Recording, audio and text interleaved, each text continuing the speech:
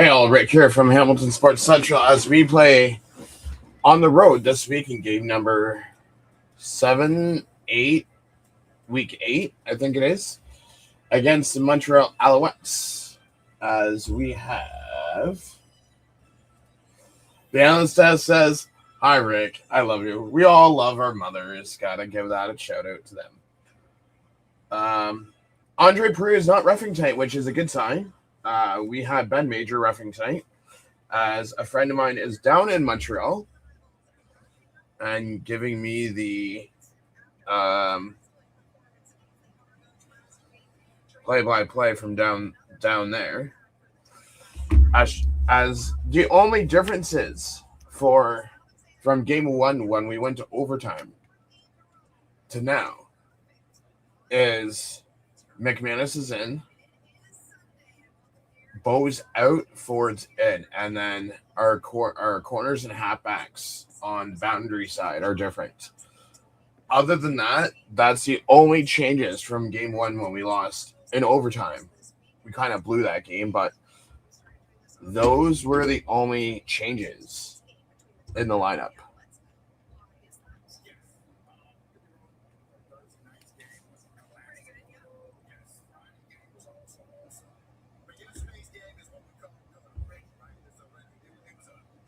Yeah, yesterday's game was ugly, and I would hate to say what the Argo fans are not going to be happy with Sankey's comments.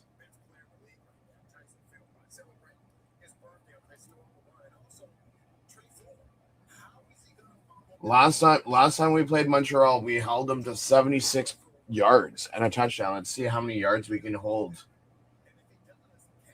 Philpott today.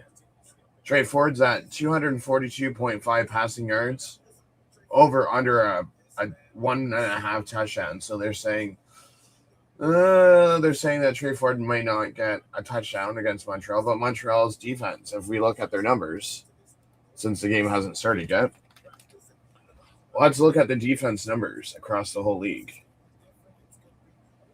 If we pull this up here, the defense numbers right here, they don't lie. This is Hamilton's numbers, all top of the league except for knockdowns and forced fumbles and second down conversions. This is Montreal. Most of their team offensive passes, bottom of the league. Opponents rushing yards, passing yards, net yards, bottom of the league. Quarterback sacks, interceptions, middle to bottom of the league. So it's going to be interesting to see. Yes, Rich, go Ticats, go. It's going to be interesting to see how this goes, as Marshall Ferguson and Paula Police have the game call after this commercial. They're in whites today, so I figured I'd wear my Curly Gittens Junior jersey today. And then next week we have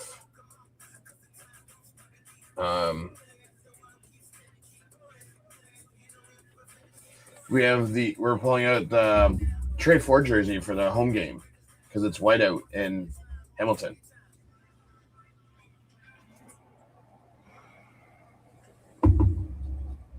Oh, I know what I wanted to do.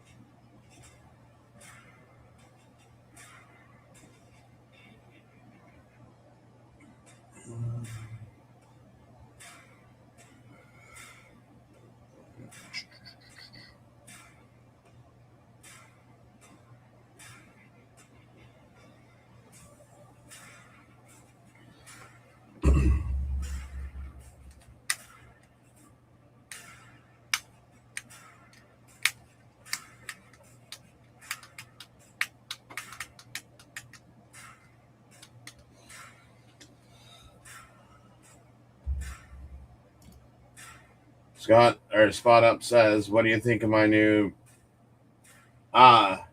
big forehead?" Is that the whole idea? Spot on. And JB Power, thanks for the donation, very much appreciated.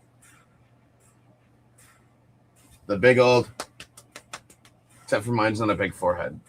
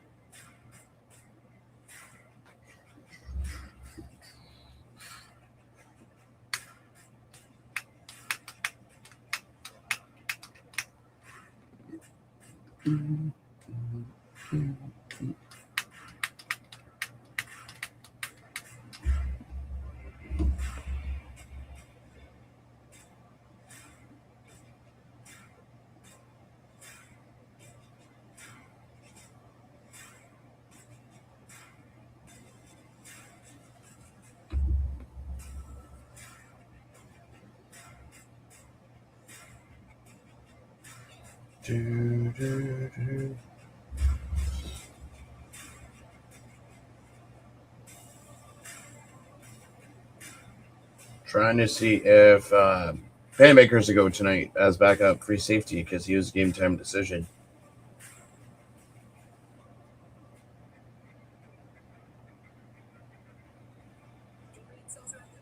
Doreen Salser, Winnipeg, Manitoba. You are the next person. Oh, I forgot to do one thing. One major thing that I forgot to do.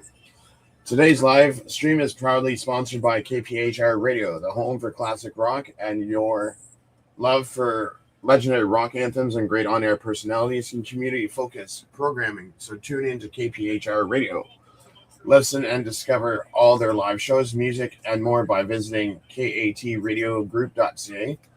And thank you to KPHR Radio for supporting Hamilton Sports Central and bringing you today's live coverage. Also, on top of that, I will be having a post-game show on their radio station this upcoming fall. So for the Hamilton Hammers, so do tune in to that as well. I was going to save that for later on, but I just thought I will throw it out there now. So Davis Alexander, 336 pass attempts without an interception. I think he gets that interception tonight. Trade Ford is the second Canadian in CFL history with 200 passing yards and 100 rushing yards in a game. Milanovich is 21-21 as the head coach for Ticats, while Moss is 38-21-1 with the Alouettes.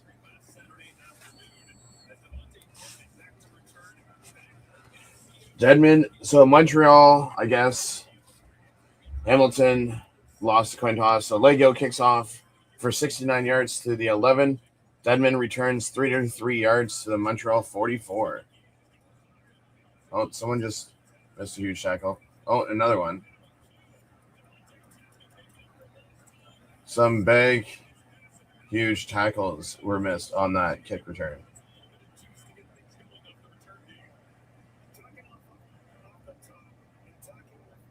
Alexander's 5-1, 71.3 completion percentage, 2,181 yards, 11 touchdowns, 0 interceptions. Travis Tice rushes for 26 yards to the Hamilton 40. Walt with the tackle. That's not a good start, my friend.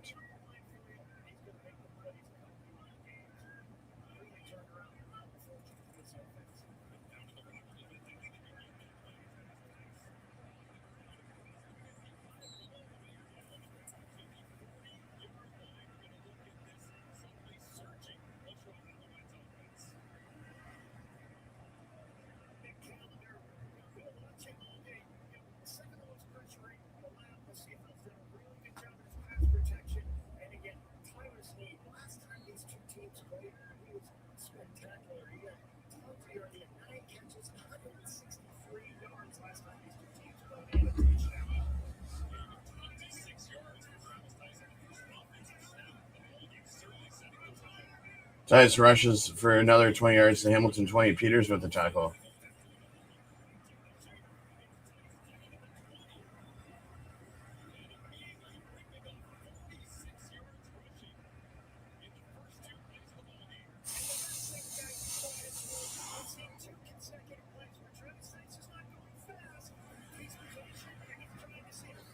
See, for some reason, Winton McManus keeps on going right instead of staying in the middle, and that's the problem.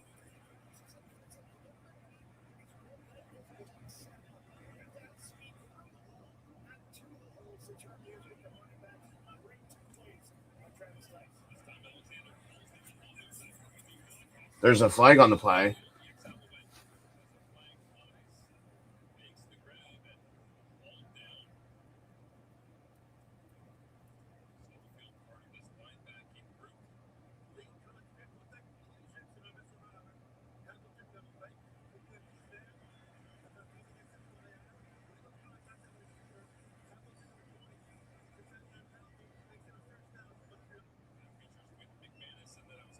Alexander passes to Dubois for 3 yards to the Hamilton 17. Reggie Summerfield with the tackle. Illegal contact, 10 yards on Byram. So he goes for Hamilton 10-yard line. Dice rushes for 1 yard to the Hamilton 9. Philip Osai with the tackle.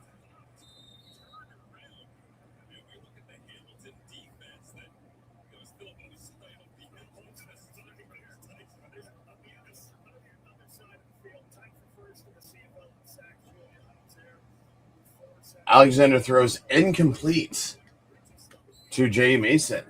All of that just to get a field goal on the first set of downs.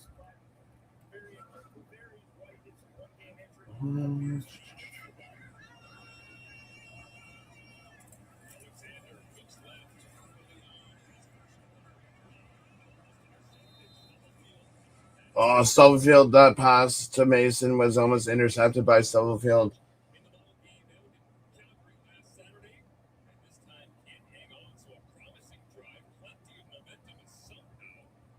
If only Stubblefield caught that, that would have been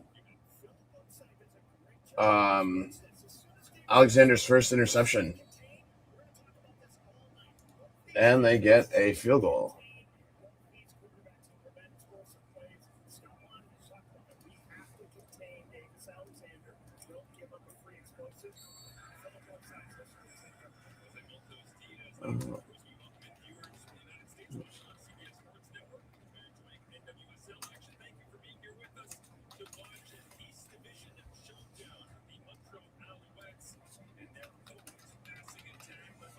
Still no explosive plays by Alexander yet.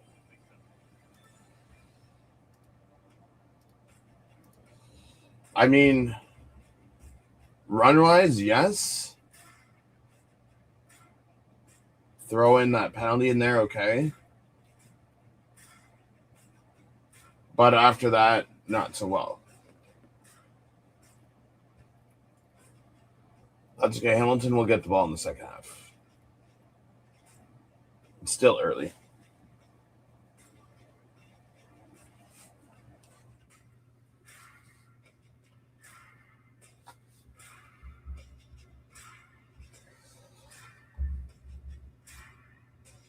Do, do, do, do, do, do, do, do.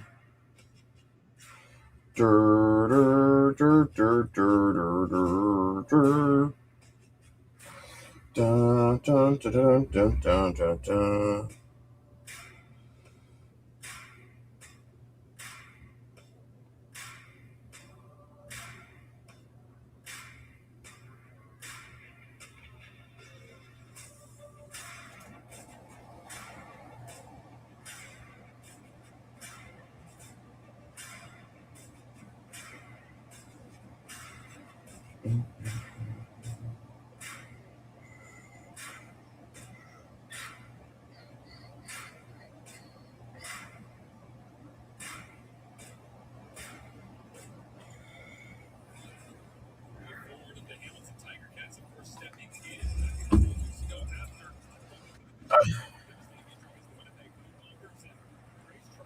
So, what are the chances of Trey Ford being the second Canadian in CFL history to have multiple 200 passing yards and 100-yard rushing games?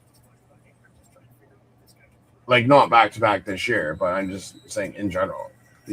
Apparently he's the second Canadian to do it, according to TSN, that is. So we started at our 40 because it was a field goal. Ford passes to Myron Mitchell for 10 yards. So that's a first down, Ticats.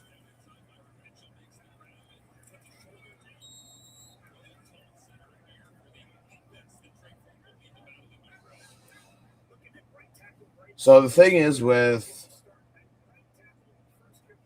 Ticats receiving group, yes, we have Kenny Lawler. But this year, it's not like last year where it was just Kenny Lawler and Tim White. Now they've spread the ball around. Dolagala rushes for 2 yards to Hamilton 52. Michael Alway with the tackle. So they're spreading the ball around towards all receivers and not just depending on one person. And I really like that, the way that Toronto, yes, I know I'm saying it, the way that Toronto spreads the ball around, not just 1-2 receivers type thing. I wish other teams did that, but it is what it is.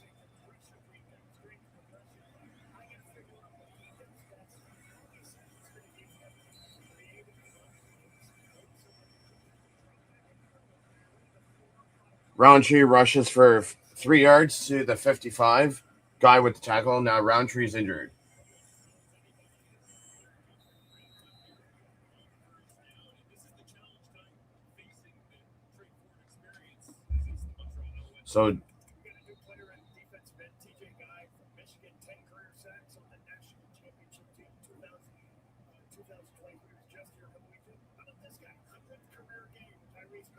So apparently my buddy that's at the game said that Roundtree, it was just a stinger that Roundtree is walking it off. So that's good.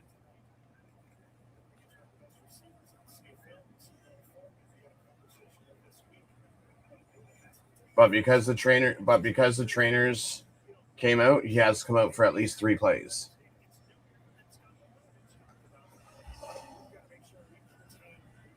Lane says, "Do you want some company?" Trey Ford got sacked for 5 yards from Canton Arku, so it's going to be 3rd and 12.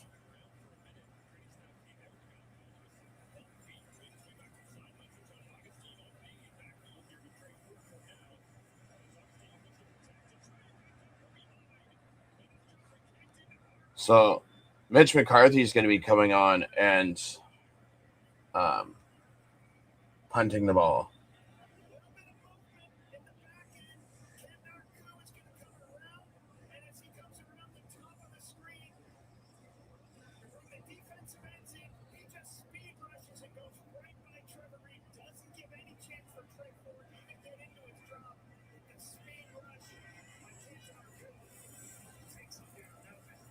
Apparently, Augustine had a hard time blocking on that play.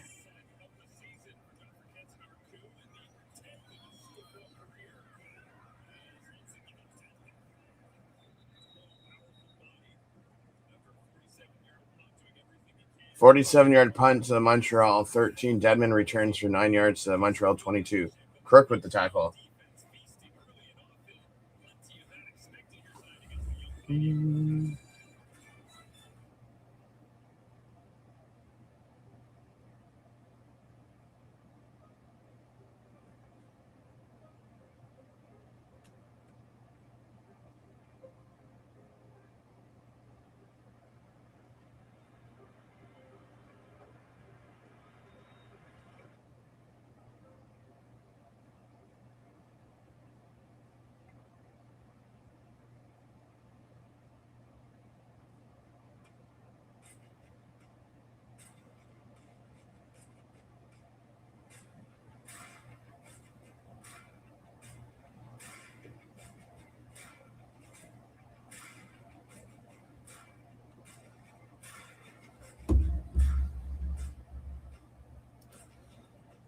Rich says, "Yeah, that's the thing, Rich. Like, so I'll use Toronto for example, like we discussed last night during the Toronto stream. Every quarterback has their go-to player for the receivers. Chad Kelly has Coxie, whereas, say, as an example, Arbuckle may have Mackay Polk, just like Levi Mitchell has Kenny Lawler, whereas Trey Ford may have Curly Gittens Jr. They all have their go-to receivers.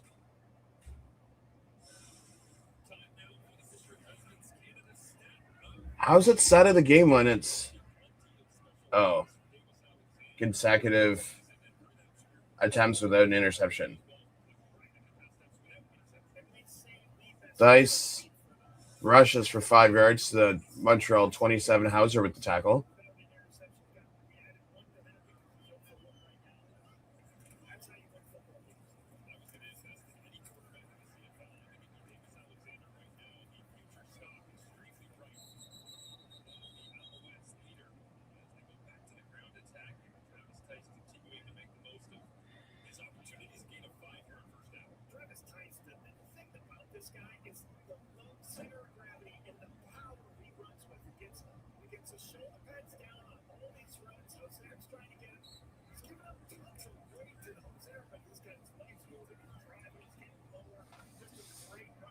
Alexander passes to Ferdinand for 7 yards to the Montreal 34. First down, Montreal.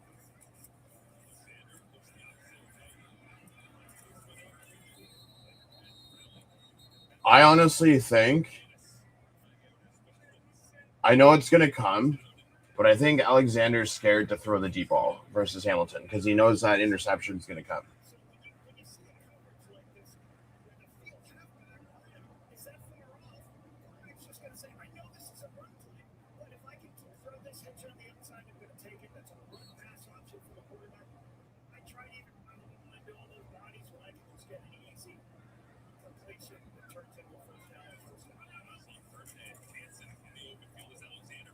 Oh.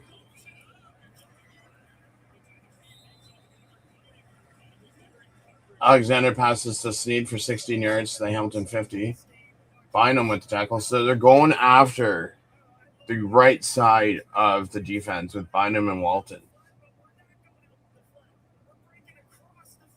If you notice the last 2 plays.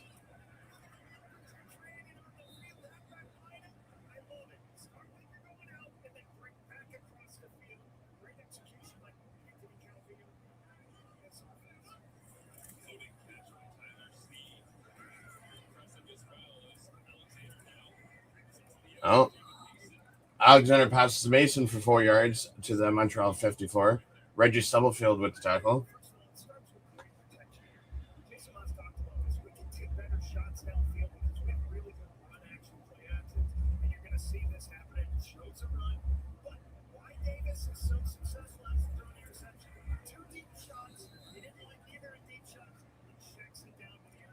So glad Stubblefield signed a 3-year deal with us. And this is only year 2. Alexander passes for incomplete to Theis, so it's 3rd and 6.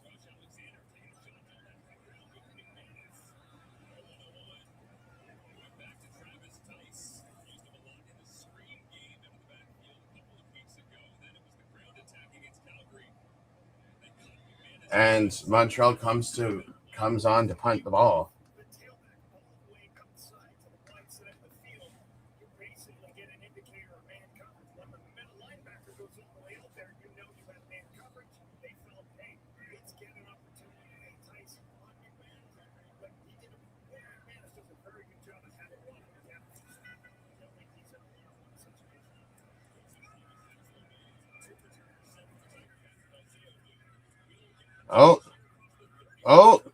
Oh, let's go, Wooden.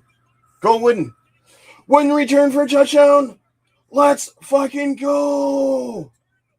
100-yard touchdown. Let's go. Let's go.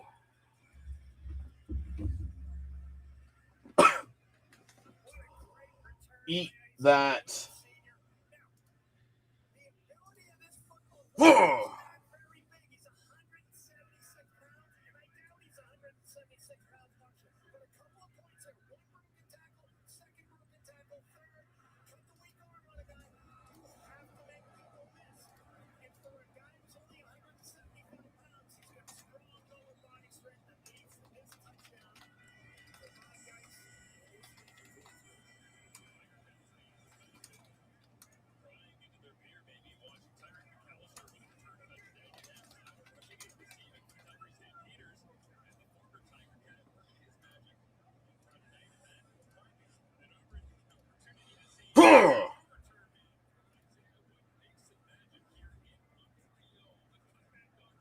as Hamilton takes a 7-3 lead. Let's go.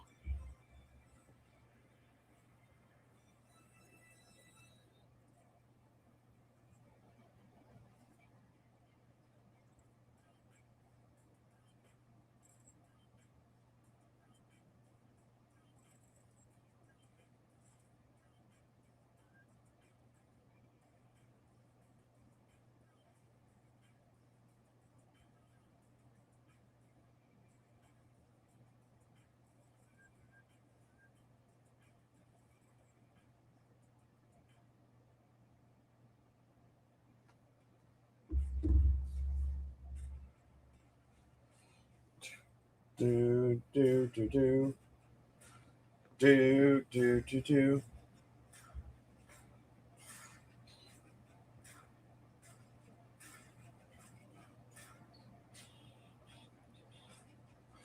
Nice start. Nice start. I know what I wanted to ask him.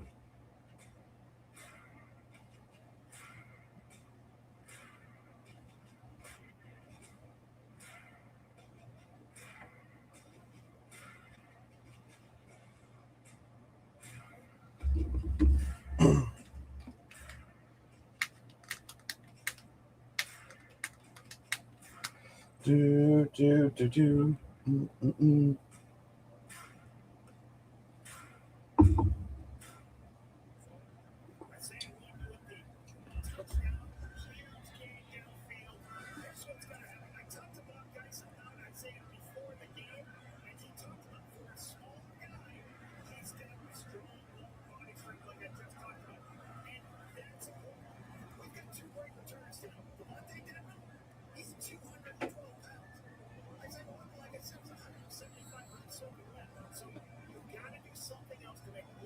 Lego kicks off for 69 yards to the Montreal 11. Dedman returns for 27 yards to the Montreal 38. Horrell with the tackle.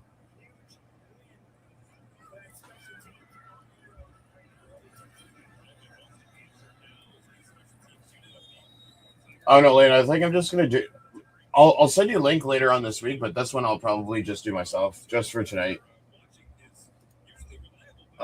Dude had some speed on that return. Yeah, breaking those two tackles. That's kind of why we got rid of Mario Alford, to be honest. Dice rushes for 5 yards to the Montreal 43. Philip Osai with the tackle.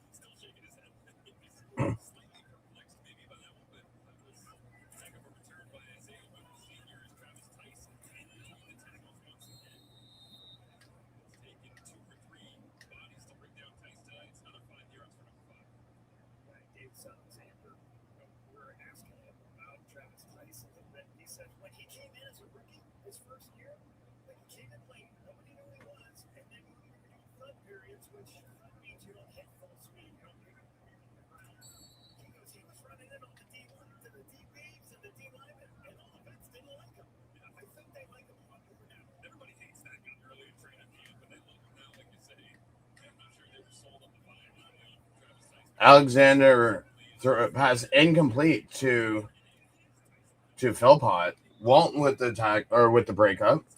So now Montreal has to punt again. Oh, Lane, I do agree. That was a sick punt return.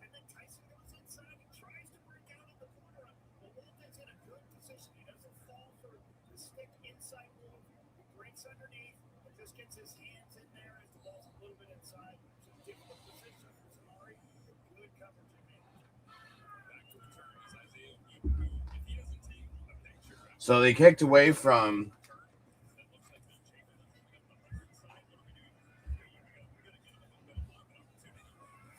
Zima punts for 56 yards to Hamilton 11.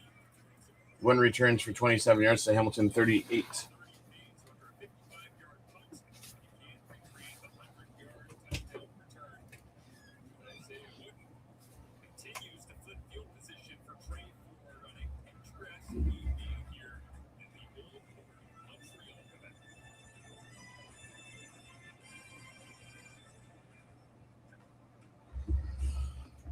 Actually, you know what? I want to see.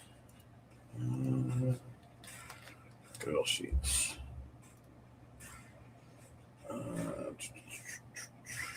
Hamilton. Did I put them on here? No, I did not. I gotta update this too. Okay.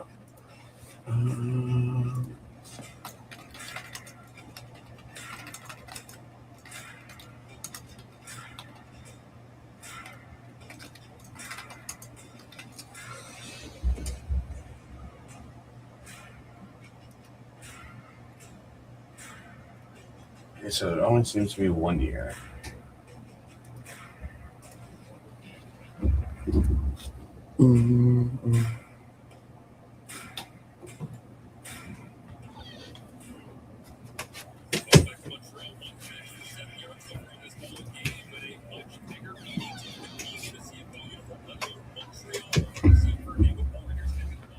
There was really only one team that you wanted to play for in the CFL, and that is Montreal. So last year, we got an invite to camp. He couldn't believe it. Not only is the Ottawa native, he succumbed to the city to vacation. His late father, Denny, suited up for Montreal in the 80s. A big football family. This team's one of 5 brothers, mostly who live in Montreal. They come to the games and hang out on off days. It's a family support that has really converted to the on-field confidence. The Sabres coach Mike Lionel will be this week. It's his ability to change directions that makes him so effective. Lionel calls times last year when his team was on the practice room, so he was consistently beating the Als starting DBs. Makes you think, guys, maybe it's a running back gene that makes him so agile.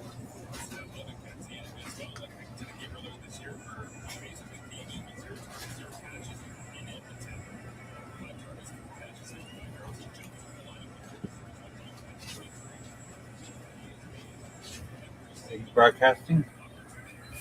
The 2 are wrapped up in the top basket, That's fine. just so that you know. That's fine. Did you have a good sleep? I did. I hung up your jersey, by the way. I know I'm wearing one of them. Oh, it was still wet when I hung it up. Forward passes to Keandre Smith for 2 yards, but there's a penalty on Montreal offside, so it is 2nd and 2. Oh, 1st and 5. Okay, never mind. Oh, yeah, because it says no play.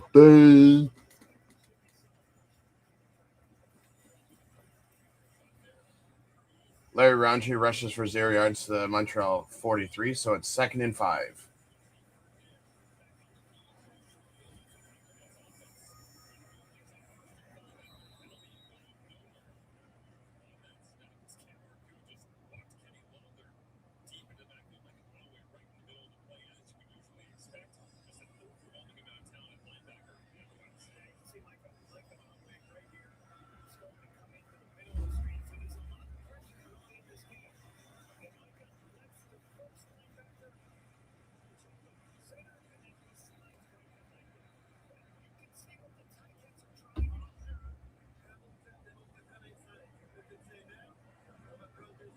Five yards for Myron Mitchell offside. So they go from the 43 to the 38.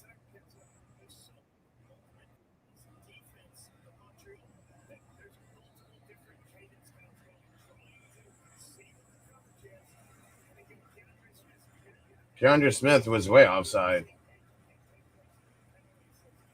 It wasn't even Myron Mitchell, it was Keandre Smith.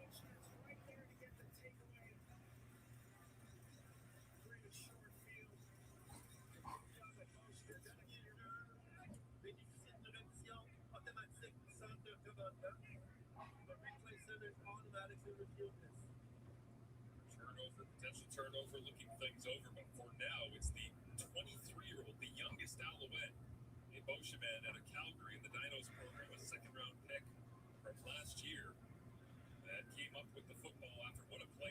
So it's being automatically reviewed by the league. Yeah, the hard part about Montreal is they have all these guys standing at the line of scrimmage defensively, and then a bunch of them drop out. But some of the guys staying at the line of scrimmage, they don't rush. They kind of just stay there, wait till the ball's thrown, knock the ball down. Good stop by the defensive line, creating, basically making that short catch, and then Kennedy comes in and knocks him down. Upon further review.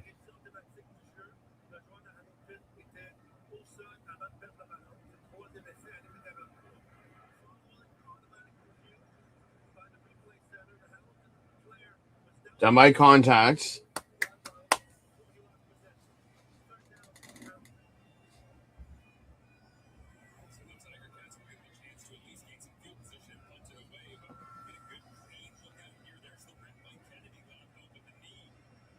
Knee was down. So it's 3rd and 5. Come on, McCarthy, punt this away. Ticats are 2 and out. 24%, 24.3%. They're second in the CFL.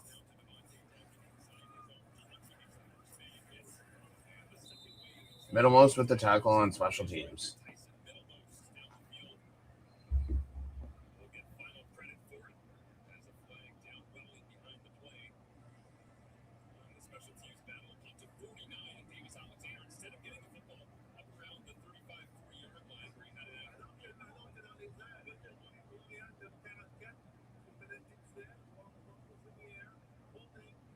Oh, nice. Holding on Montreal. Let's go.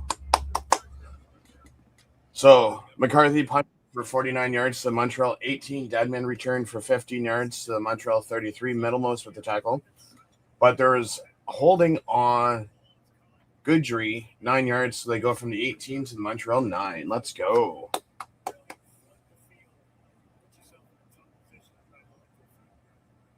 Minute 31 left in the first quarter. Alexander passes to Speaker for 12 yards to the Montreal 21. Bynum with the tackle. So they're going back. They're going back against Bynum.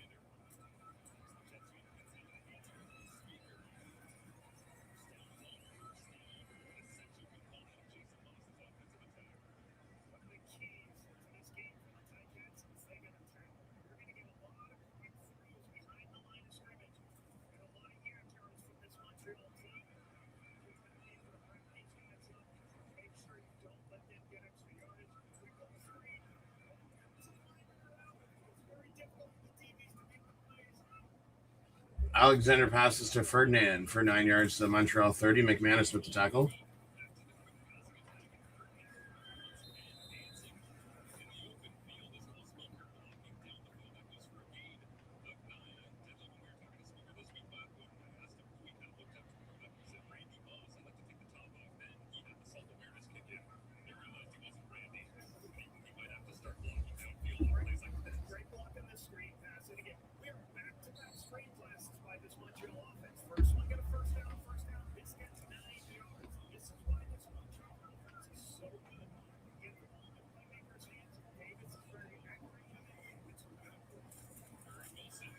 Offside.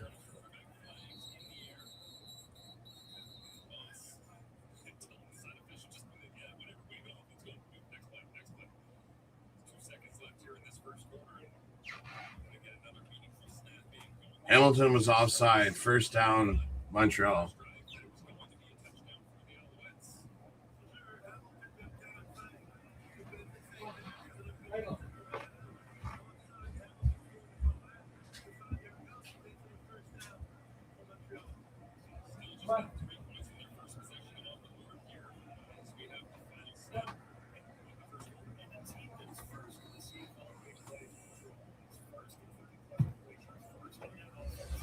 Alexander passes to Philpott for 17 yards to the Montreal 52. Stubblefield with the tackle.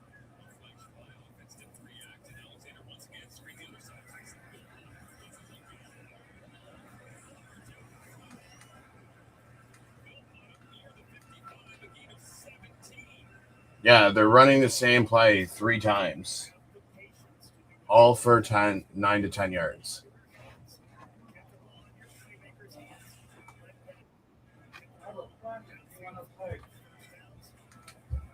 But I mean, if you're going to run the same play and they're giving you yards, you might as well keep running it then.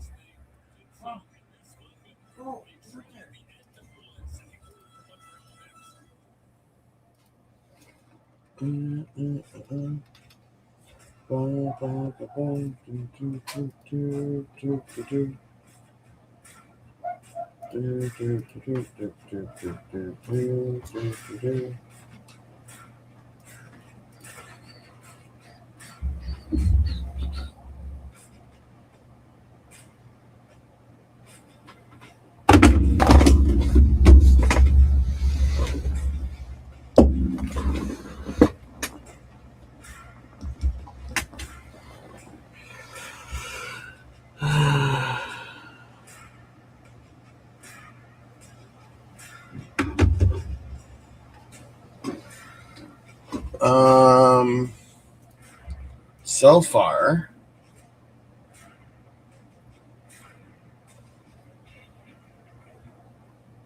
the V-Trick Binetta has 3.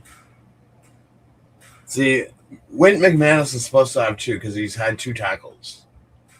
And they credited someone else for his tackle. Because there's 1 here, so that's 1.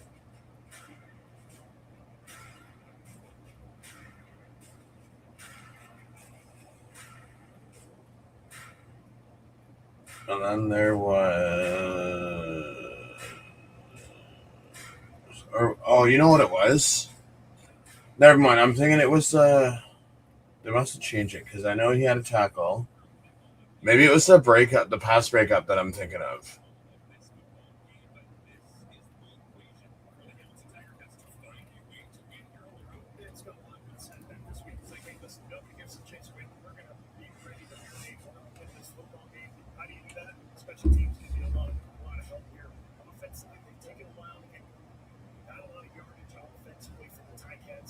And then now Montreal's got a hole in the field where they've had to kick 1 field goal already. Let's see what this Ticats defense can do against this offense up the outs. You mentioned Milanovic saying, they still have everyone's talking about this game. Even I heard you, Jermaine Franklin, on SportsCenter last night. Alexander passes Speaker for 25 yards to Hamilton 33. Katratonis with the tackle.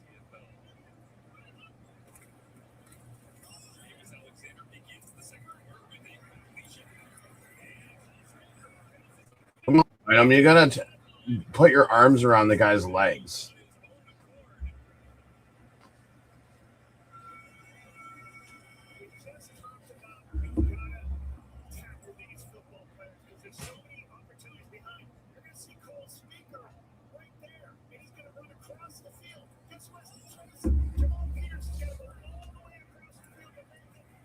Like, you don't hit with your body, you grab his legs with your arms.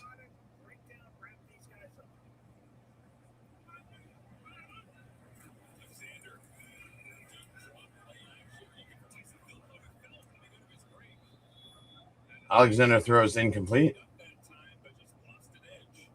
2nd and 10. This happened. I swear to God, Marshall, watching Tyson football, he's kind of warmed up by himself around all his guys, slipped, fell out of it. Got to look at his teammates. He's like, I'm sorry, guys. What's happening here? He's got a one-on-one, breaks on the outside. They throw higher than the halfback. Just kind of slips out of it. Sometimes you're a wideout. You got to make sure you have your feet underneath you, like you planted outside the frame of your body. Alexander passes to Dubois for 16 yards. Reggie Stubblefield with the tackle. Philip Osai with...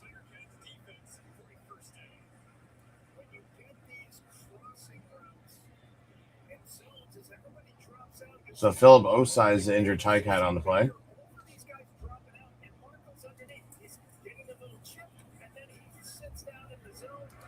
Yeah, it's the same plays over and over again. I'm surprised that we haven't caught on yet.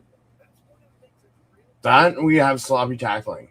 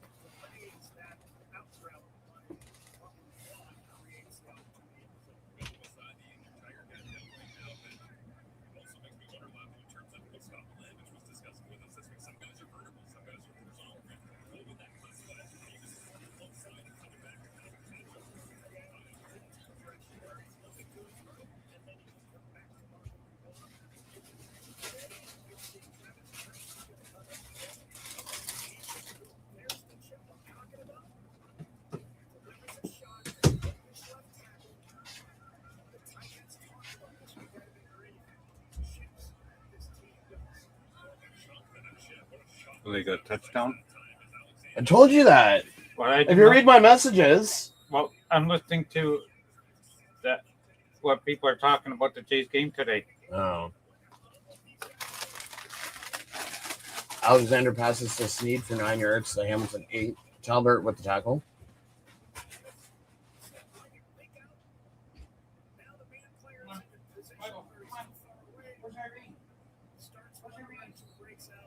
Easily going to get that. He gets us in the backfield. He always talked about man-to-man. If they're pressed, doesn't matter if it's from the backfield. You can't press from the backfield. Once again with Terry Wilson, short yardage for him coming over. And assuming that will inside the 5-yard line. Now you're inside the score zone. You got to be thinking multiple weapons. The Alouettes have obviously the ground game dangerous. We've seen that, but between Tyson Philpott and Tyler Snead, 60 Tice rushes for 4 yards to the Hamilton 1. Cook with the tackle. from those two. Now Cole Speaker is in the lineup and looking better than ever. This team has done this offseason to get better at their red zone. They're third in the CFL, something kind of strong over the last couple of years. And the top 3 in the league in scoring touchdowns now. Almost hits to the end zone. Turned away at the last second, but again, it takes 2 or 3 bodies to make sure that Tice doesn't finish in the end zone. Stubblefield right there at the goal line.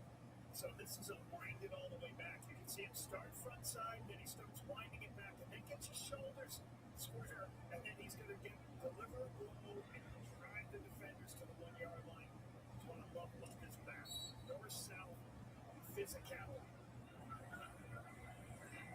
Terry Wilson in once again.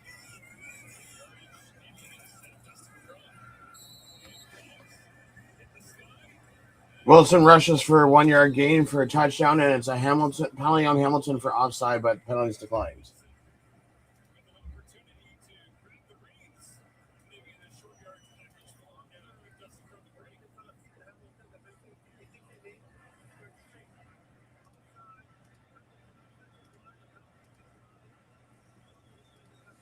Just going to stay low, keep your feet moving, climb over the top of your offensive lineman.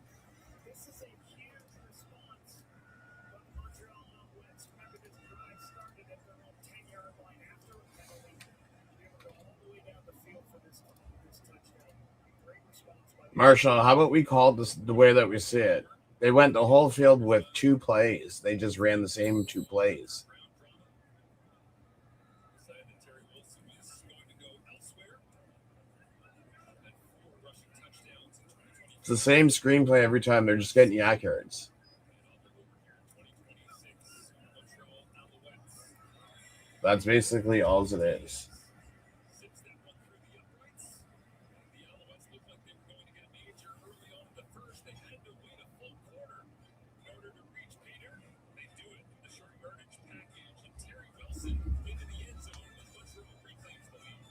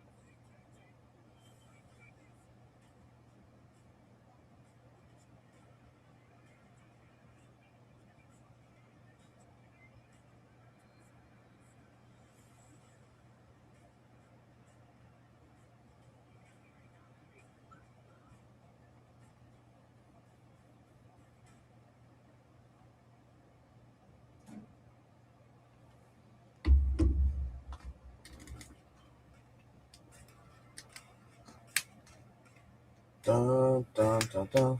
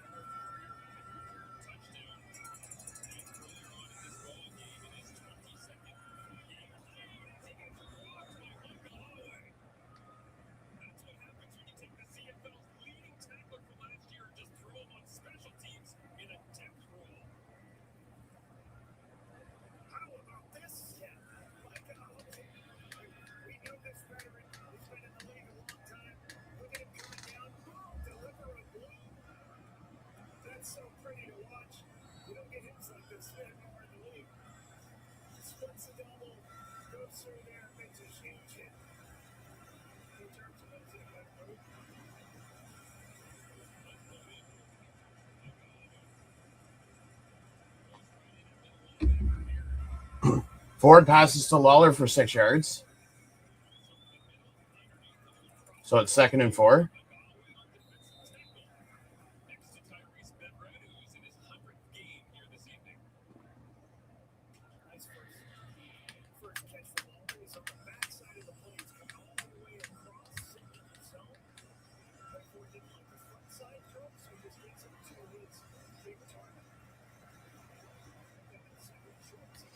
Kenny Lawler. Trey Ford passes to Myron Mitchell for 9 yards. Hamilton 45. Robert Kennedy with the tackle. It's going to be a first down, Ticats.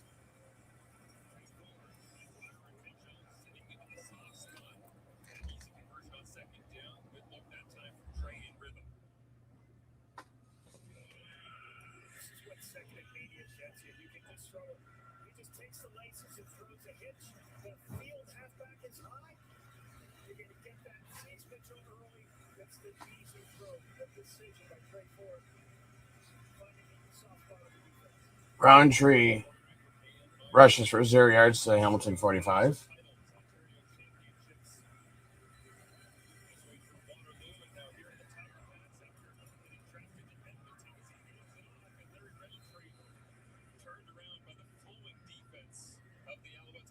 Johnson right there. Little misdirection by Larry Roundtree here. We're going to pull a couple of linemen in one direction and then just hope that Larry Roundtree can get around it. You see linemen going this way, you're going to try to crack. And let Larry Roundtree get around it.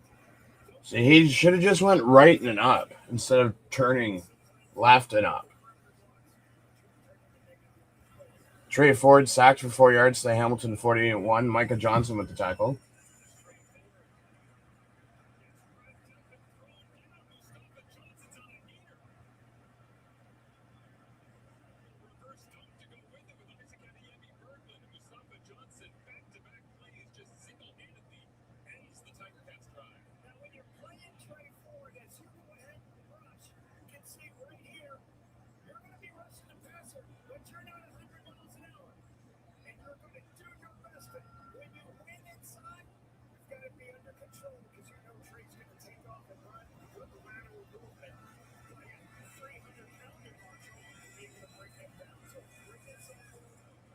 McCarthy punch for 76 yards to the end zone.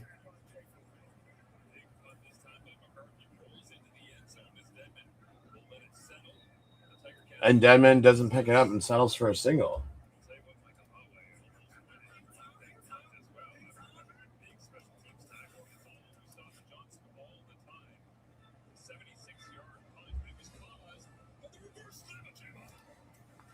Was talking here with Phil as your extra seat. Yeah, I just gotta get more. There's some more people that are coming, but yeah, I just gotta get more tickets to borrow. Jake, he's not terrible. It's the offensive line that's getting beat. Like, are we seeing the same game? Like, he's gotten sacked twice because the offensive line's letting them through.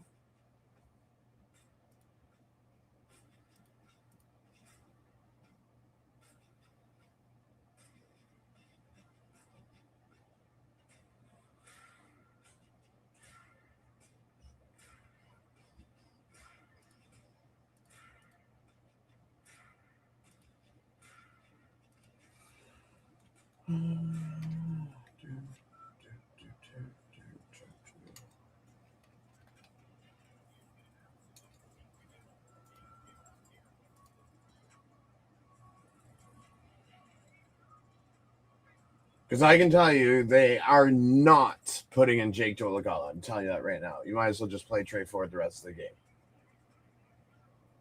If you put in Jake Dolegala, we're just going to have the same Saskatchewan bullshit result again.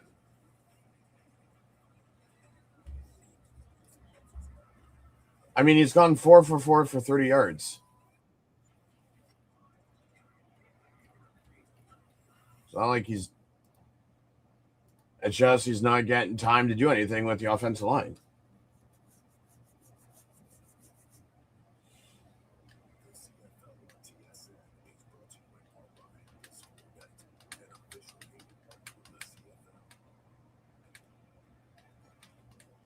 Beautiful evening here in Montreal. Felt like one of those days it was going to break with a thunderstorm and be good by kickoff, but the rain never came. Just perfection all day long as Tyson Philpott has been perfect himself for the start this season. Alexander to Tyson Philpott for 12 yards to the Montreal 52. Bynum with the tackle.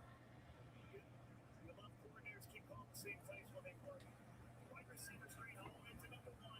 Run into the linemen that are pulling outside. Get it to an athlete. Let him get north-south. See the guy's so frustrated. 12-yard gain on the screen. Like he's so accustomed to the 20, 30, 40, 50 touchdown. Gets 12, he gets up screaming and squeezing the football because he knows there's more there on every snap. Alexander passes incomplete to Snead at the Hamilton 51. Looks to throw. And goes for the deep of the right. Tyler Snead. Smart Walton there in coverage, but those rare forces maybe for Davis Alexander Levo just trying to squeeze it into a tight spot. Hey, some coaches do a really good job. Look at this. Right here. Milt Stegall was on the left, too. 810 yards. Tyson Philpott right behind him. On his pace for could be CFL 2,000 yards. Tyson ominously pointing at Mills. Right? 2002 season. Led the CFL. CFL record. Who's on the plate? Some weird guy. Alexander Snead for 12 yards to the Hamilton 46. Winton McManus with the tackle.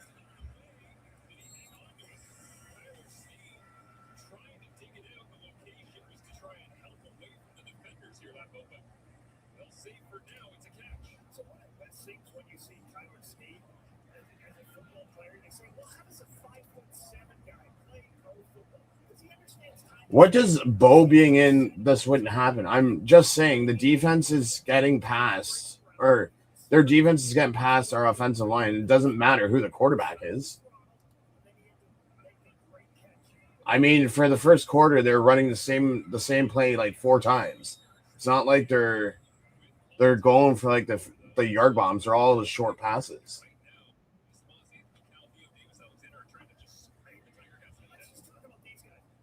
If Montreal's offense was that good, they'd be up by like 20 points by now. We held them to 3 in the first quarter, and they only have 7 right now.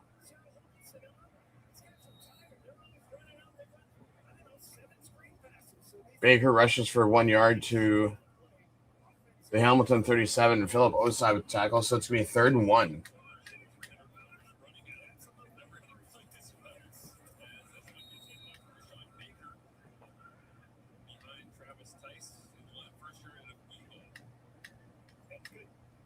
Good positioning by Philip Osai. Going to come in and make this tackle. Splits this and creates the 3rd and 1 stop here. How many different types of screens do you think AC's got on the whole shot there? Right? And again, you got wide receiver screens we've seen a ton of. They also have left screens, which you call slow screens. And you also have fullback screens. So then eventually they're going to take a shot. Wilson to the left-hand side. Let's go. Turnover on downs. Let's fucking go. A spot that's close to the first down. Katsutonis came down for free safety. Everyone else filled the gap. And it'll be a stop. Stavros there on the spot. Ben Major doesn't even ask for a measurement. Referee Yeah, he doesn't need a measurement. Katsutonis chasing over the top. Wilson bounces off. Not even close. We just need the one spark play today, and we'll be okay.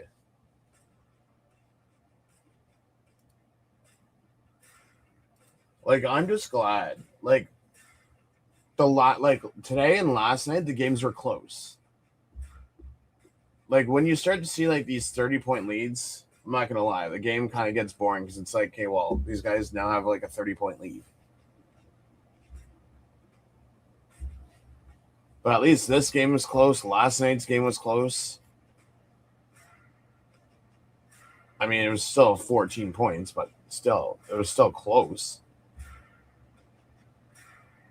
But better than Winnipeg's 22-point loss. At least it was somewhat close. Still within 2 scores.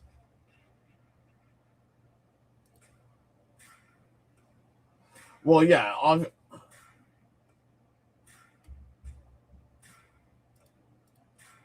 Frost is not going to come in because he's had no practice with the starters at practice. I'm telling you, it's going to be Trey Ford the whole game. Well, obviously, it was easy to predict who was going to win last night. That's not what I was trying to say. I was trying to say was at least the game was close. I'm not saying that Toronto would have lost because, I mean, I did pick them. I'm just saying it's nice to see close games once in a while.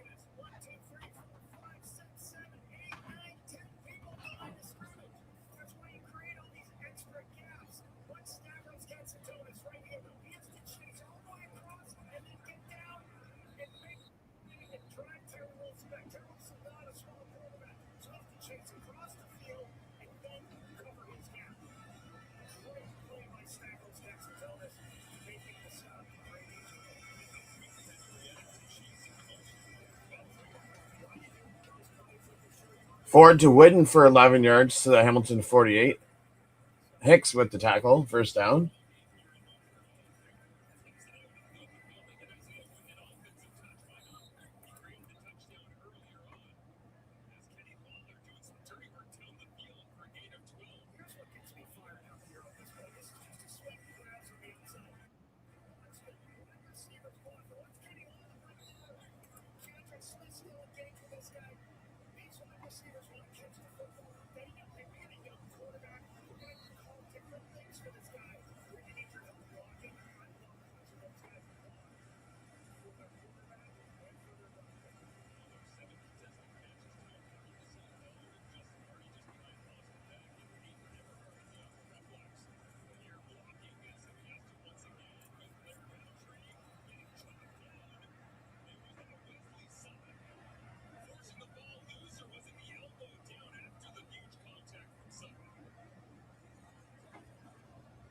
Why are we throwing to Roundtree in the backfield? Like, when we throw to him, he runs up. He doesn't even get past the line of scrimmage.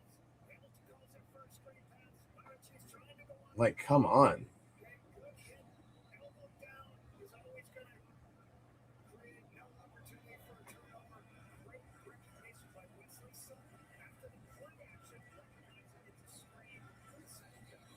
Second.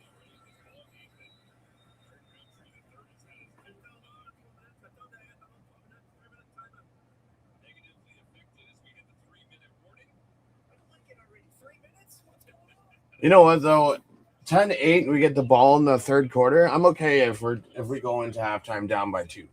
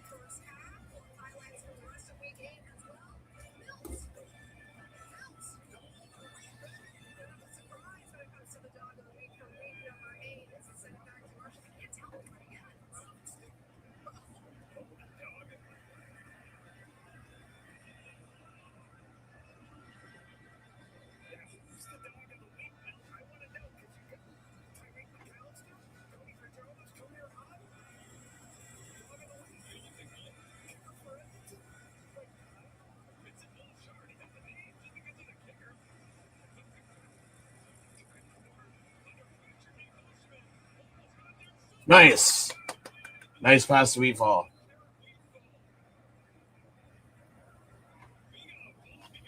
Ford pass to Wheatfall for 7 yards to the Montreal 53. Hicks with the tackle. So it's going to be 3rd and 1.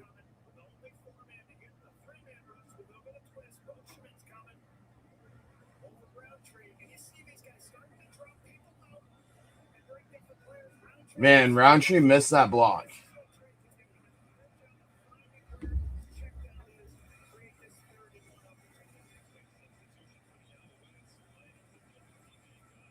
Nice. Toligal got the first down. Let's go.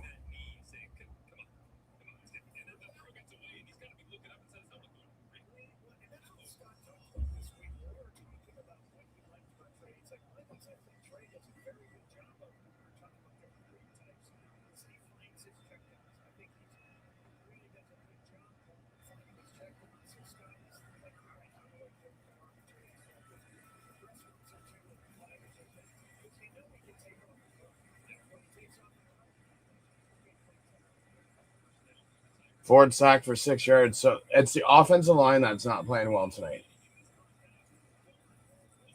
Like,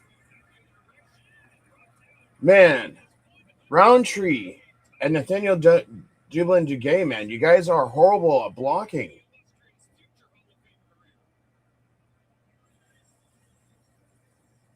Like, you just stand there and let them run through.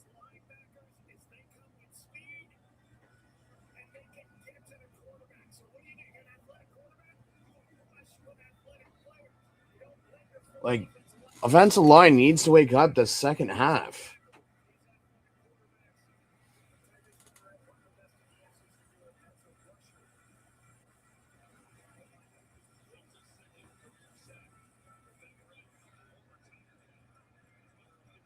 Go Mitchell. There's a flag on the play. Of course it's holding. Oh, my Lord.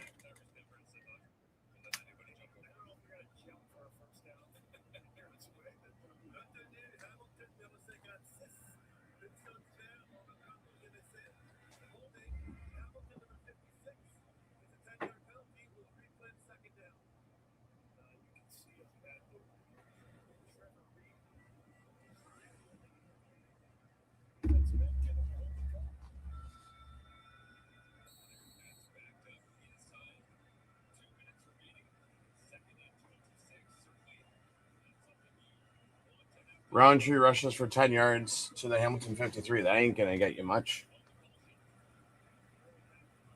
Should have done that friggin' the first time.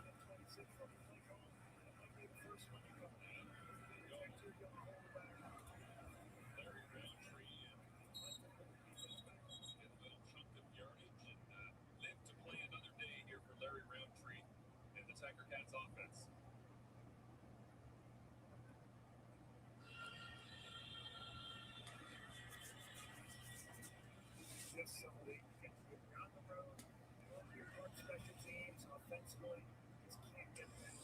Trevor Reed was the one with the hold.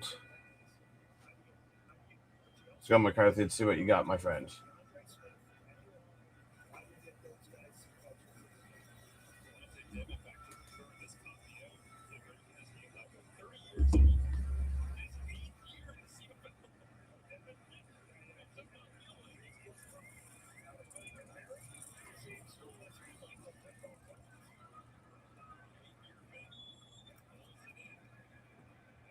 Really? Come on, Crook.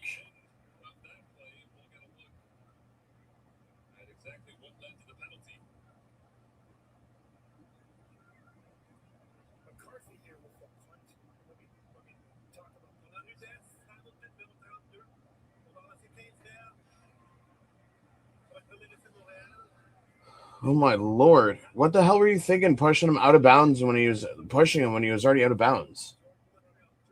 Just gave him 15 more yards.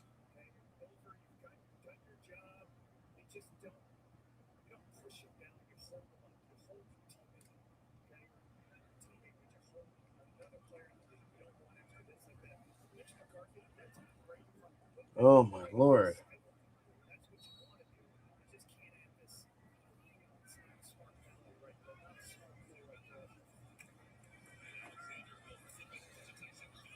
Nice. Oh! Philpott almost turned it over.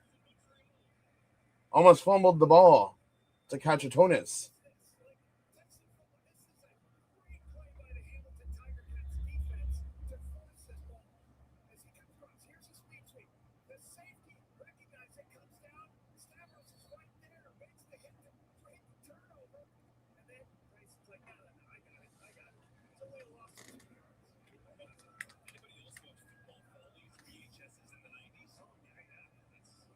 Alexander passes the speaker for 14 yards to the Hamilton 51 for a first down.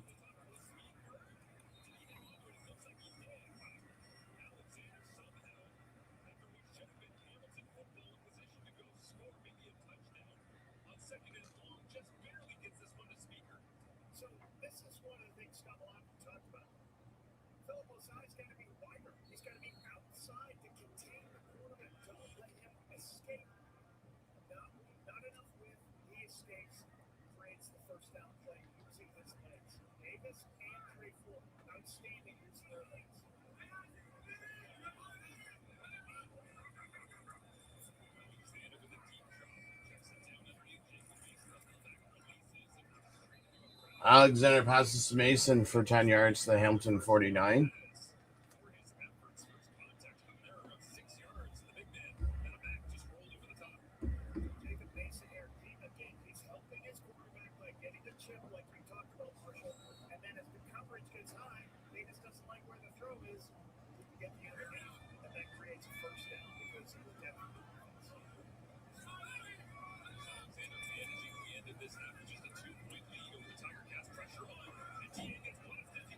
Yes! Alexander's touchdown interception streak is over. Let's go.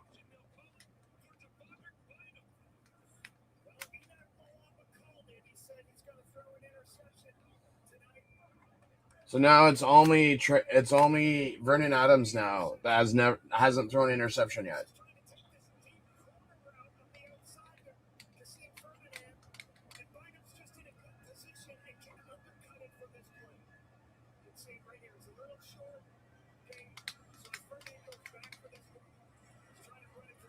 Let's go.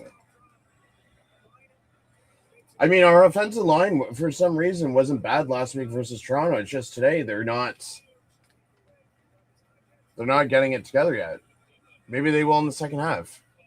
Roundtree rushes for 7 yards to the Hamilton 21.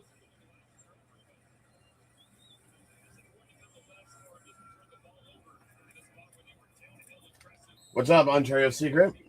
Alexander just threw his first interception of the season. Pretty pumped for that. We get the ball back in 37 seconds in the third quarter. Might as well just pick up some yards now. Because you're at the 21. You won't make it downfield in 36 seconds when the clock's running right now. 2nd and 3. Let's go.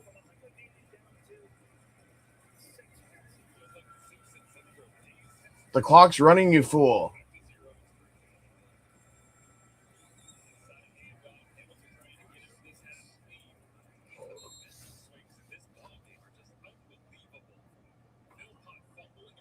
Roundtree rushes for 8 yards to Hamilton 29.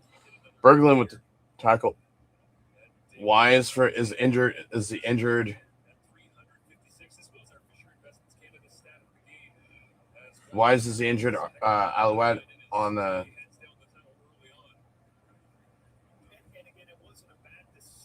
Not even halftime, and Alexander's already walking down the tunnel. Like, I get that it's 16 seconds left, but bud, be a team player. Like, don't head down the tunnel before the quarter's even over. This is the thing I find so interesting, though, about our start of the game in terms of consecutive pass attempts without an interception. It's not as though the Montreal Alouettes have been babying Davis. Oh, now Alexander's back on. Came back out.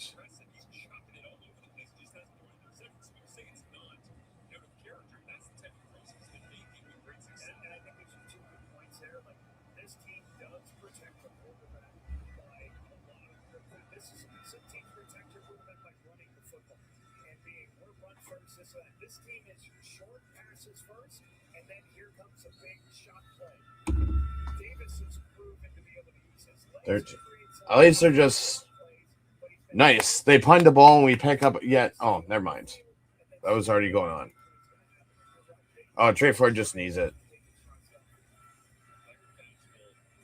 We'll get the ball at the beginning of the third quarter.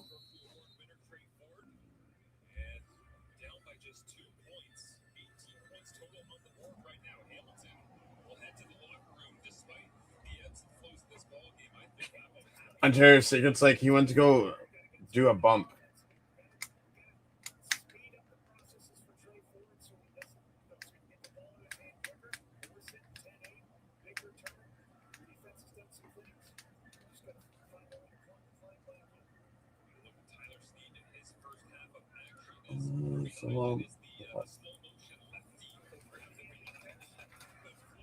Then we'll look at the numbers. So team stats wise,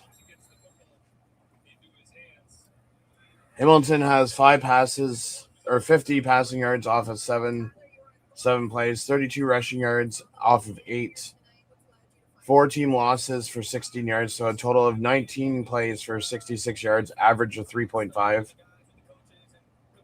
They have 3 passes and 2 rushes for first downs. Montreal has 161 yards for 21 attempts, 66 rushing yards on 10 attempts, 235 net offense on 31, 10 rushes, 4 passes, and 2 penalties for Montreal for first downs, 3 sacks for 15 yards. Hamilton is 3 for 8 for 37.5% on second downs. Montreal 6 for 8 for 60%. 1 giveaway, interception, 1 turnover on downs, 1 fumble, but it wasn't lost. 2 penalties for Montreal, 5 for Hamilton for 45 yards. Montreal is 1 for 2 for the red zone at 50%. Hamilton has 1 interception. Montreal has 1 fumble recovery.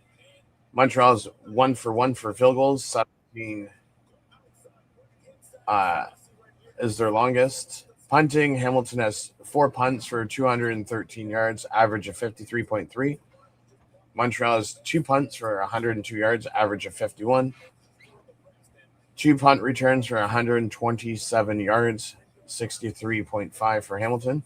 3 punts for Montreal for 17 yards, average of 5.7. 1 kickoff for 21 yards for Hamilton. 2 kickoffs for 60 yards, average of 30 for Montreal. Hamilton's time of possession is 11 minutes and 58 seconds, whereas Montreal is 18 minutes and 2 seconds. Let's look at the numbers. Trey Ford is 7 for 7 for 50 yards. Offense line has to get better in that second half. Larry Roundtree, 6 carries for 28 yards. There are some plays that he should have had. I think he's had like 3 0-yard rushes. Jake Delgado has 2 short yardage for 4 yards. Myron Mitchell, 3 for 3, leading the defense with 24 receiving yards. Bynum is leading the team with 4 defensive tackles and an interception. Behind him is McManus, Stubblefield, Osai, and Crook. Osai, Stubblefield, and McManus with 3 defensive tackles. Stavros Kachatonis has a forced fumble and 2 defensive tackles. And then Ryan Baker and Horrell have 2 special teams tackles.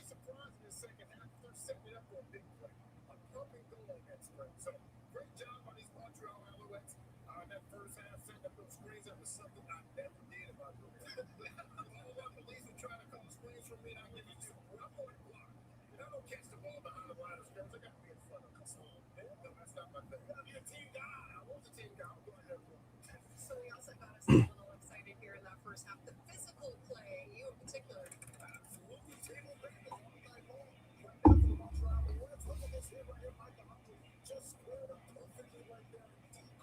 All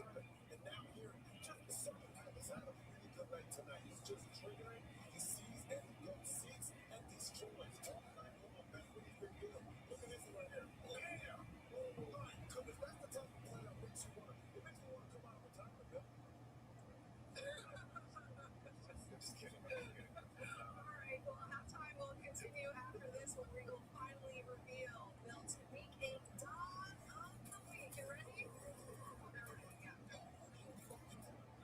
Oh, Milt just swore on TV because Nick Malumba broke his dog chain. Mark Leggio has one extra point on the 100-yard punt return for a touchdown that Woodson had. McCarthy. Let's go to Montreal side. Davis Alexander's 15 for 21, 169 yards and one interception. Travis Tice is 6 carries for 61 yards. Terry Wilson, former Bomber, is 3 carries for 4 yards and a touchdown. Cole Speaker is 59 yards, leading the way. Tyson Philpott is 3 for 5, keeping them in check. I'm sure they'll have more explosive plays in the second half. Michael Awe and Hicks leads with 3 defense tackles. Mustafa Johnson, Tice Bavaret, and Canton Arku with 3 sacks. I thought they had more than that. Mustafa Johnson, 1 tackle for loss. Maltos is 1 for 1. And Dadman is not getting much return yards. I mean, except for kickoff returns, but other than that, punt returns, Dedman hasn't gotten much at all.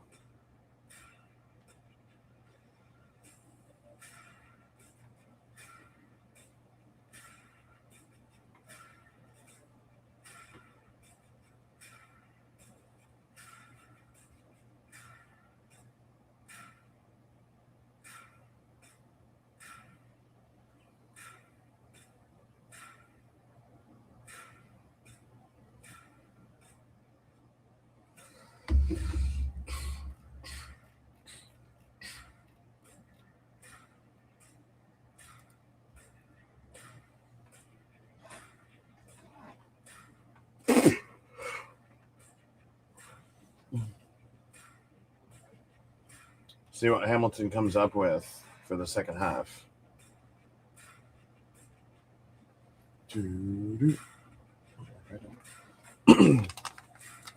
Take these today.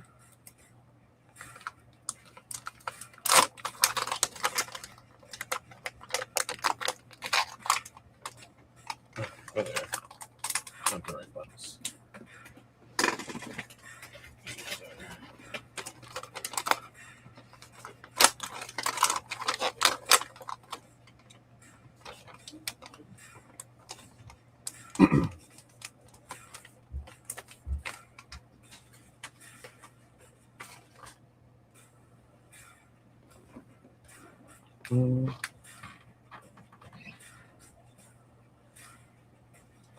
Here you are.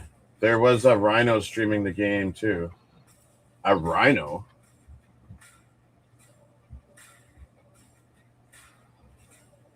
Never heard of a rhino streaming unless that was his YouTube name. But yeah. Welcome to the stream, Isidore. Much appreciate you joining us. Yeah, that's why, Isidore, that's why I put in brackets when I'm on Dan and Jacob's live streams is I put Hamilton Central, Sports Central, so that way people can find the channel name on YouTube.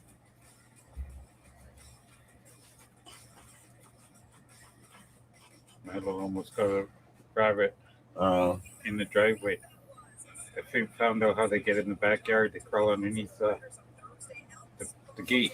They squat right down and there's a spot right by the gate. Oh. There's a little in that spot that they crawl right underneath and they can scoot underneath. I just watched it. What's the score? 10-8. We had the ball at the beginning of the third quarter. 10-8 for the For Montreal. Oh.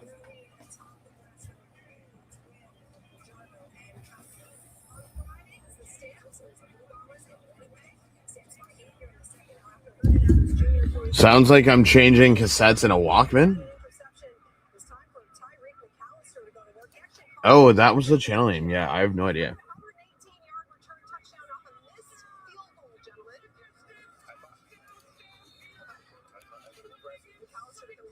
Oh, thank you, Isidore. Muchly appreciated. Yeah, I'll probably, yes, making it easy. Yeah, so mostly all. So the only games that I don't do live streams for are the Hamilton, whatchamacallit, the Hamilton home games.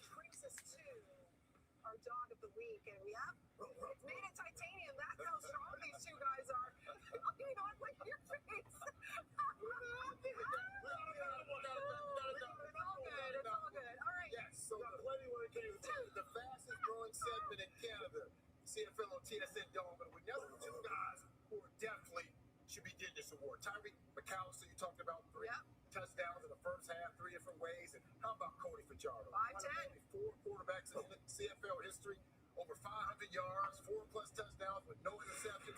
But I got to do something that will probably never be done again. I'm going to give it to him. I'm going to need your help on this one, Enoch. Van Saw. Gavin, the dog of the week. Milt Siegel's dog of the week is Montreal's or Edmonton's kicker.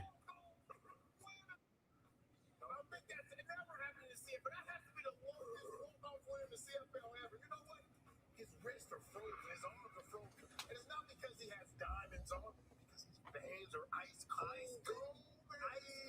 Did you see his coach, Mark Killer? He was like, no, the offense is not going back out there. I'm not even my kicker.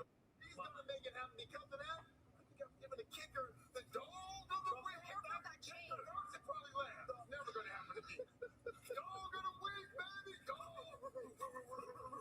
Careful. The chain is delicate. It's delicate.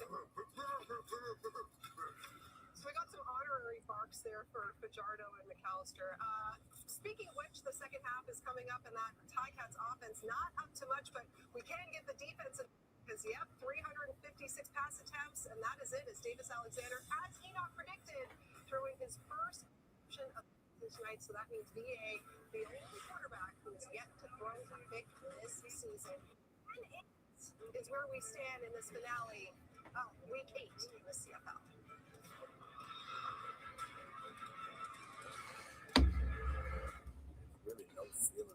It did when I showed up, and or you were. Oh no, it's because I click on the legs on my keyboard. That's probably what you're hearing. So, Isidore, so there's gonna be 3 teams I'm gonna be covering. We got the Hamilton Ticats football. We got the McMaster Marauders, which is the Hamilton OUA sports team. It's like the Hamilton's NCAA football team. And then we are going to be covering the Hamilton Hammers for the AHL.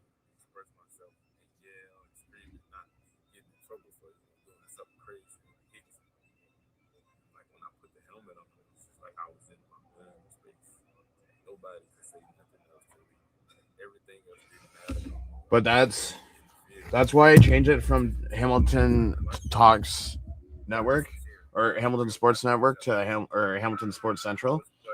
And now also the viewers over on the Analyst Desk doesn't know yet.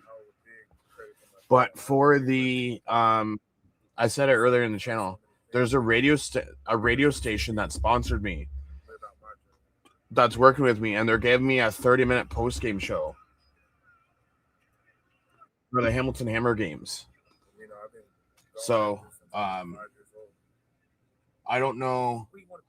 The games will be, the post-game shows will be on here. But then I just have to send the radio station the link, and they're going to play it on the radio station. Yeah, McMaster. Yeah, it's the hold on, I'll show you.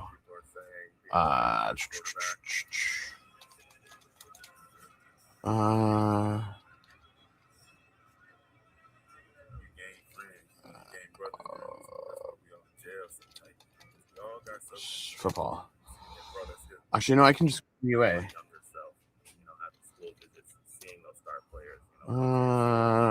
Okay, football. See if they came out with the pricing for.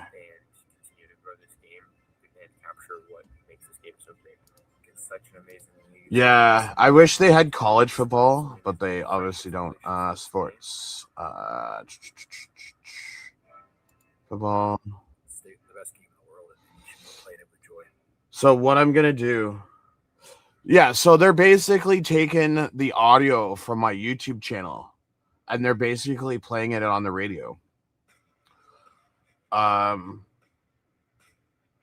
So what I'm thinking of doing is, because all of the games are on the weekend,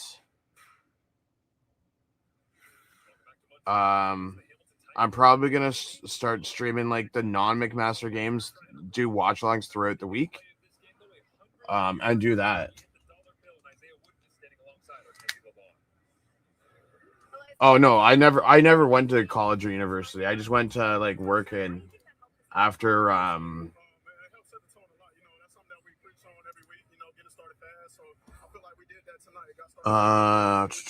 TV. That's what I'm looking for. I want to see if they have passes. No, they don't have it up yet. Okay. Because normally they would have until July 26th, which is today. So I'll probably have next season's on here. But yeah, no, they're not on TV, so you have to watch it online. Let's go. Another return for a touchdown would be nice. You know, we can always wish and think.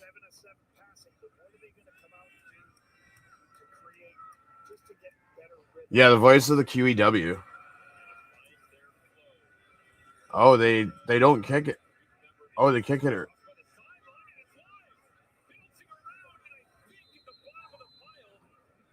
Maltos kicks off for 46 yards to the Hamilton 34, and Baker returns for 0 yards at the 34.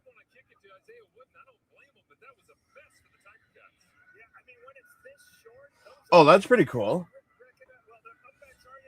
That you got your GED at the age of 40. Yeah, so actually it's funny because October 3rd, forward passes incomplete to Keandre Smith at the Montreal 52. So it's 2nd and 10 for Hamilton. So October 3rd, I'm actually going to the Marlies.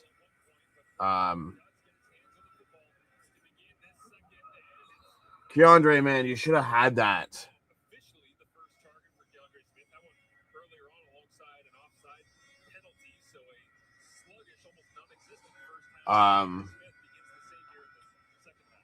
Yeah, the radio station's currently working on getting me a media pass for the Hamilton Hammers.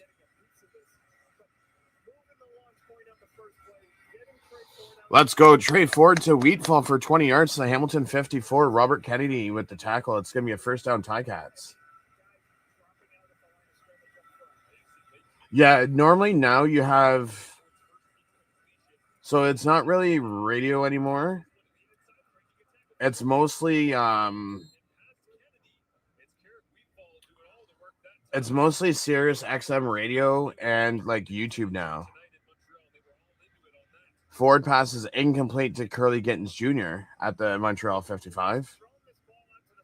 So it's going to be 2nd and 10. So anyways, so October 3rd is the Marlies home opener against Hamilton. I will be going to that. The following weekends, I will be going to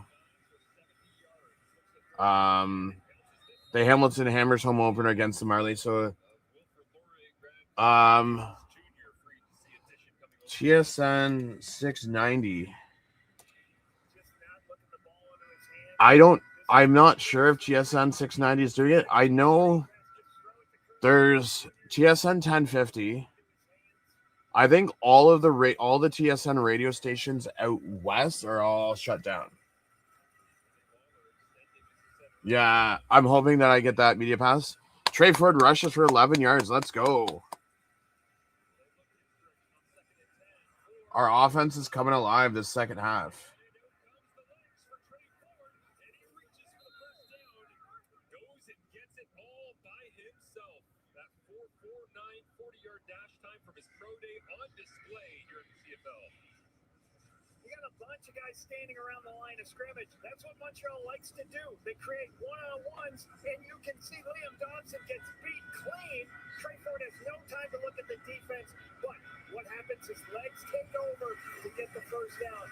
Montreal loves trying to play. Roundtree rushes for 1 yard to the Montreal 44, so it's 2nd and 9.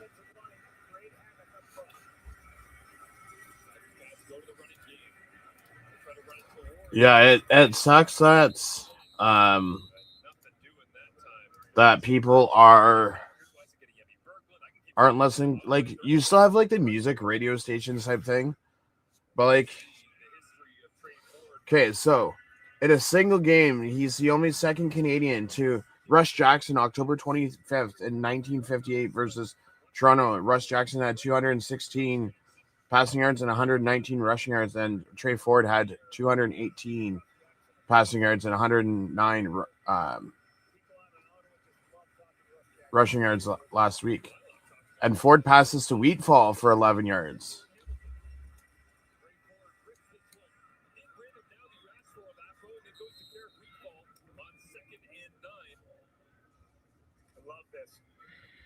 Location of the football so important when a receiver's running what you call a radical, where the ball's coming down towards the quarterback. Right now, lets him catch it in stride and run with it to get the first down. You have to look if that's not located, doesn't get the first down. It's a nice, easy throw with the first.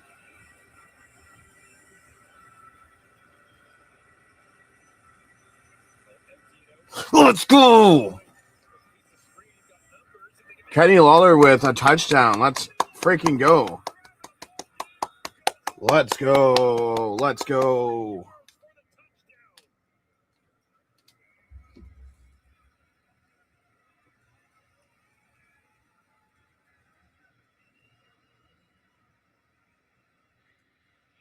The thing you have to see here is Nate Boschman when he recognizes the screen. So the ball gets out pretty quick. Pressure is what you want. Screens. Yeah, we're in a dark out west. We can't sign up for the. Oh, that sucks. Yeah, but Isidore, can't you listen to them on the radio, like on like the internet though? So like if I had you, I would do it on polyester suits. Yeah, if I had to, I would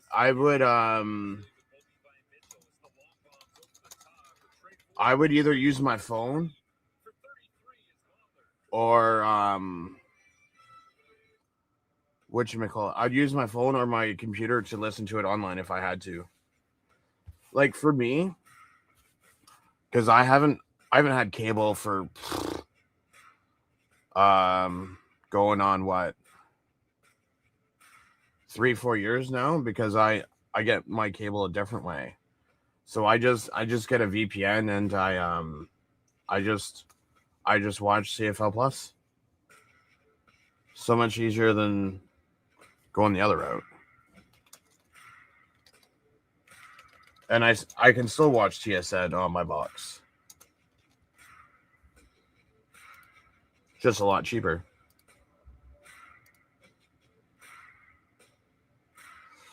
So I don't know if you've actually ever seen it.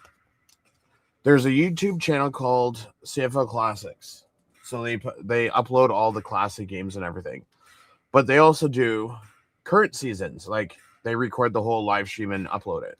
But they take out the commercials. So what I do is when I go to do like my if I'm at a Ticat game, or for some reason, like for example, the 2 games in October that I can't attend the Ticat games because I'm covering the Hammers. I'm going to live stream though, but on a tape delay, and I'm gonna use the YouTube channel so that. Yeah, JP, like I said, I use the CFL Classics to rewatch games, and that's where I was going. Isidore, is companies aren't paying radio stations anymore because no one's listening to them. They rather pay. Leggio kicks off for 75 yards to the Montreal 5. Dedman returns for 40 yards to the Montreal 45. A lot of people just use YouTube now because they can get sponsored and they get revenue and stuff like that, whereas you can't get that for radio stations anymore.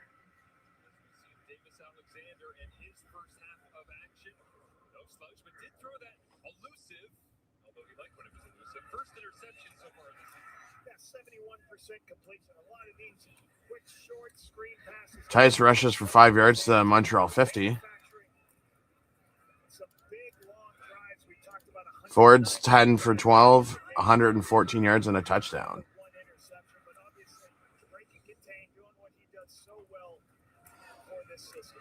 Yeah, see, if I can't watch a game, I'll go on there and watch it because I don't have to deal with commercials. That's what I like about it.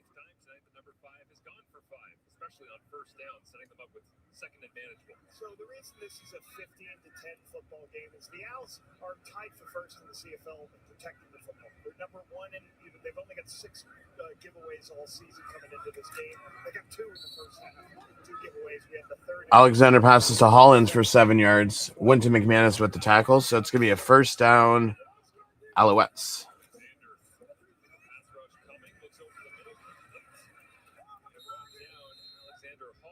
Oh, there's a flag on the play. Objectable conduct, Hamilton, so it's a 10-yard penalty.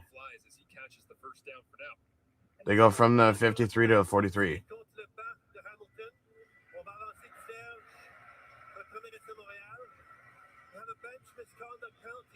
Against the Hamilton bench, we'll go up 10 yards from the end of the play. It's going to be first down for Montreal. So I'm not sure whether a coach or somebody was on the field. Yeah, I think. Stay back, please. Oh, because someone was past the line and he yelled at them to stay back. Too many times coaches are on the field. I used to be always on the field, and if an official runs into a coach or a support staff on the sideline, they're going to get a draw penalty. I think we saw one last night. Yep. Also. Hollins, by the way, his wife had a child this week, which is the non-football related absence that he had from practice. Wishing mom, baby, and dad all the best. As with McManus. That's a great play. It's going to be first down at the 43-yard line. I think I said, I think they got out to walk. To be on and off the roster, done really good things out of him. It's a good pickup for this Montreal team. Well, the other thing is, too, Jared Sturts, and this is a huge credit to Kasim Ferdinand, went on to the 60. Yeah, I got to go on. I mean, I was around in 99 when we won the Grey Cup last, but I still got to watch that. Yeah, change it for sure. CBC now to give everybody. Come on, get that ball loose.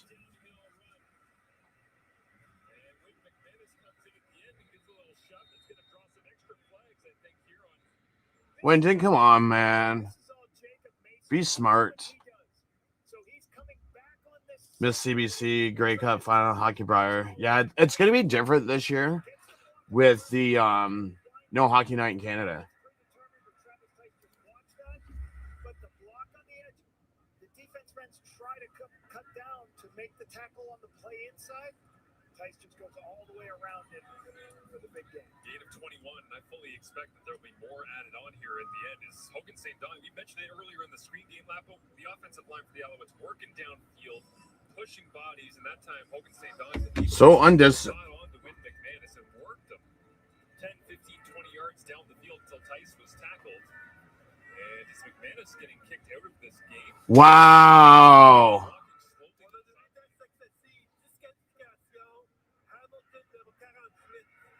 They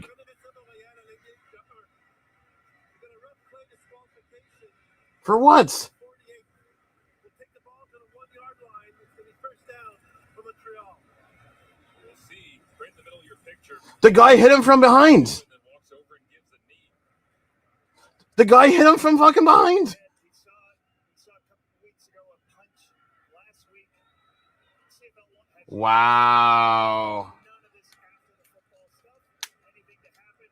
So when you kick a guy in the head, they're going to disqualify you. If you punch a guy, and some people say it wasn't a hard punch, it was an open fist. So He doesn't want the officials to decide how strong that hit was, how difficult. Oh, it was a closed fist, it was open fist. So the officiating in this league is horrible. Horrible, horrible, horrible. So you slap someone, you slap someone in the head, you get kicked out. You tackle someone in the helmet, you don't get kicked out. And you hit a guy with your knee, not even the helmet, and you kick him out. I don't want to say it's ever a great thing to lose a player, one of your starters on the roster. You get protected a little bit more at the linebacker position because you do have more Americans usually in the spot. Davis Alexander down inside the 5, hands it off, and Tice. The pile was pushed.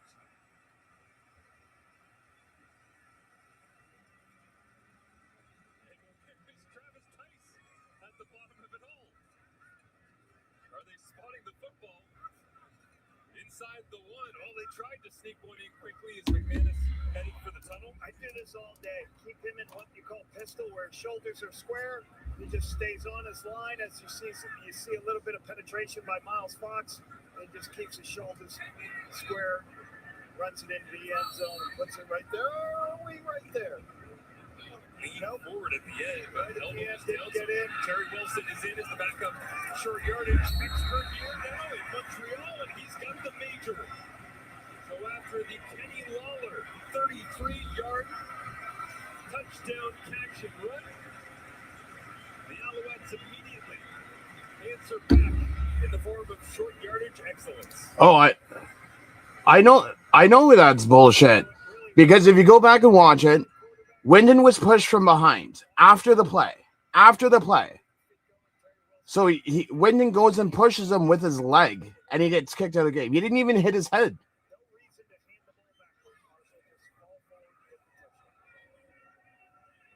Like I was telling someone else, Coxie hits him in the head, taps him in the head. I get that because they don't want any head contact. It was a soft tap. Last night, Kelly gets hit in the head. Sankey doesn't get kicked out of the game. This guy goes in and hits him with love taps him with his knee to the arm, and he gets kicked out. Like it's just retarded.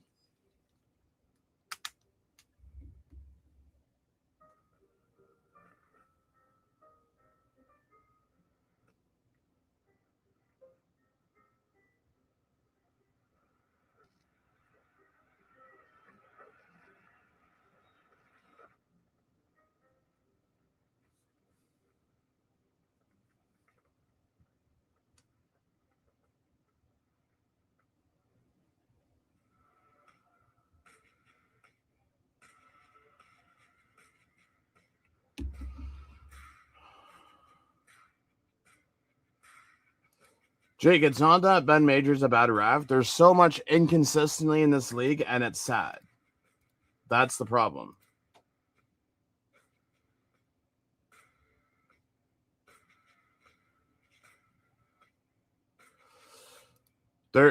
So Isidore, so with CFL, so here's the problem that I have with this.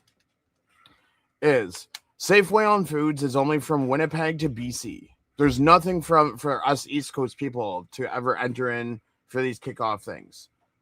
They need to have a sponsor for the league that everyone across the league can enter. That's what I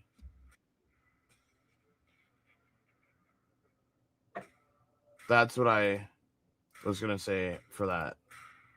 Davis Alexander and the Montreal Alouettes offense doesn't need any help driving the field. The balance of the rush and the pass is starting to take form as the season goes on, but making a poor decision at middle linebacker as one of the best players on defense in general in the CFL, not only does it hurt that drive, it's going to hurt Hamilton the rest of the game, Bob. Yeah, and it took that ball from the 22-yard line to the 1, which is a 95% chance of scoring a touchdown. You can't get that penalty. You're always talking to your defensive players. Because Jake, the reason why he's doing that is because the game's in Montreal. You have to speak French first. You have to. That's why you either have Ben Major or Andre Peru reffing the Montreal games, is because you have to be, in order to ref in Montreal, you have to be a bilingual ref, and you have to speak French first and English second. That's why. Oh my Lord. Maltos kicks off for 64 yards to the Hamilton 60, and Wynn returns it for 26 yards to the Hamilton 42. Settling with the tackle. Now they give us a holding penalty for 10 yards.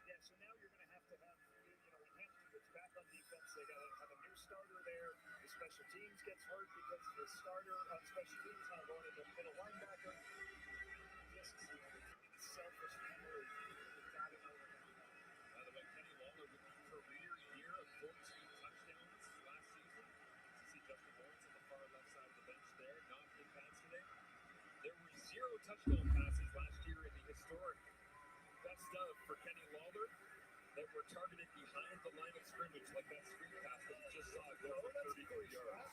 Roundtree rushes for 11 yards to the Hamilton 27-yard line.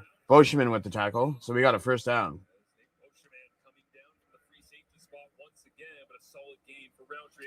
So apparently that flag on McManus wasn't even a Ben Major flag. It was another ref's flag.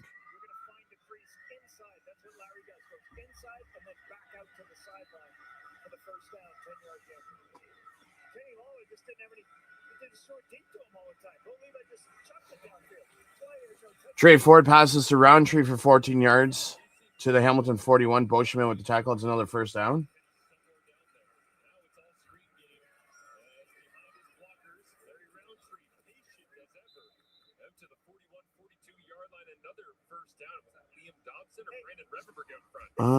You know what? Let's look this up. Officials. 40. Oh, 58. Inside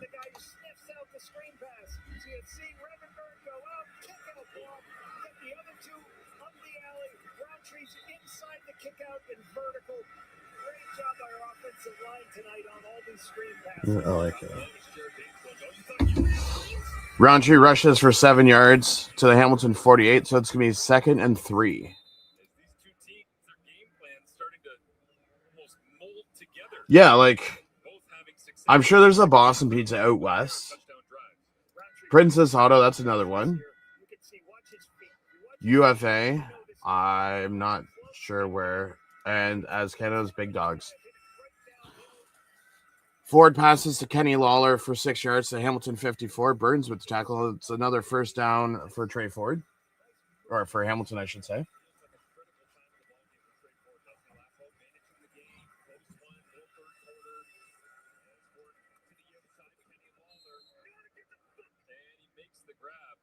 Pushed out of bounds at the sideline by Lorenzo Burns there in coverage. They got 7 yards with the inside handoff to Roundtree and then 6 there to Lawler for the first down.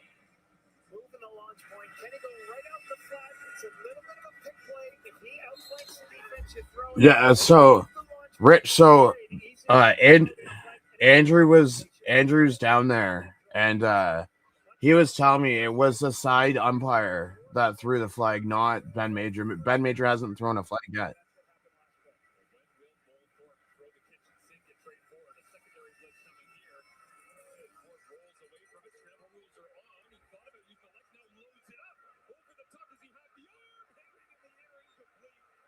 Ford throws incomplete to Kenny Lawler.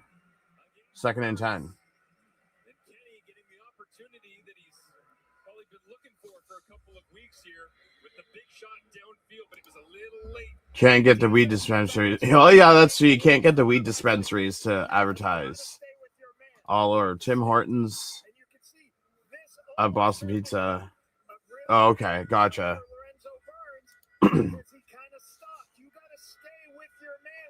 Trey Ford rushes for 11 yards to the Montreal 45. Beverett with the tackle. 1st down, Hamilton. So we've been on the field for a good over 3 minutes. Good to keep their defense on the field. Right in the middle of the defense, but it is a 1st down from Trey Ford's legs. Once again, he told us that he's going to have the green light from Scott Milanovich as they get to know each other to use his legs a little bit more, be more daring, call his own number, and he does so there. And again, you have different quarterbacks. You see him look into his 134 yards passing, 22 rushing so far. Trey Ford throws incomplete to Wheatfall at the Montreal 20-yard line.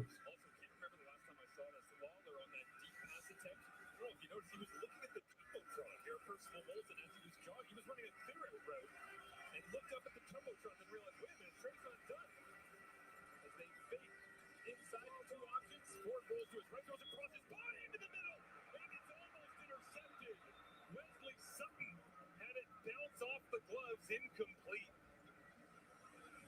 A little bit of a bootleg trying to get it all the way across. That just shows why it's so difficult sometimes when you have to throw across your body going all the way to the left. Kerrick Wheatfall's not in a position where he's even close to where his arm is. So now he has to flip his hips all the way to make this throw backside. Very dangerous throw. When you throw the ball. Trey Ford completes to Keandre Smith for 6 yards to the Montreal 39. Burns with the tackle. Bring in Bottles.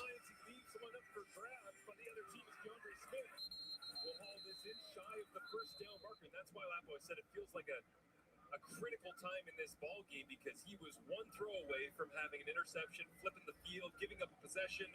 But on the very next play, he's just as likely to go and rip off a 35-yard run out of nowhere, out of thin air. That's who he is. It's going to be 3rd and 4 from the Montreal 39-yard line. So, to be honest, Isidore, and Mark Lego makes a 46-yard field goal. Let's go. Retakes the lead. So, in Hamilton, there's, I think, that I know of,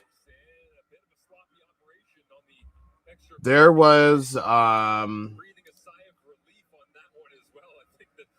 there's 2 7-Elevens that I know of. Other than that, a lot of them have turned into Circle K's.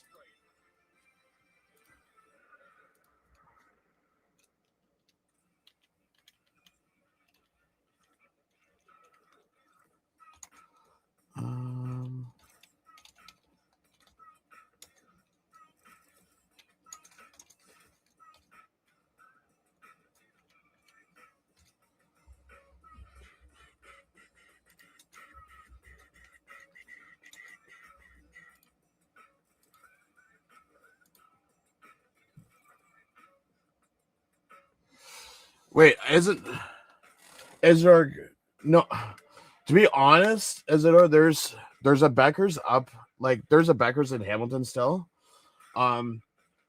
Isn't the soda pops the glass pop bottles that are like white labels, if I'm not mistaken?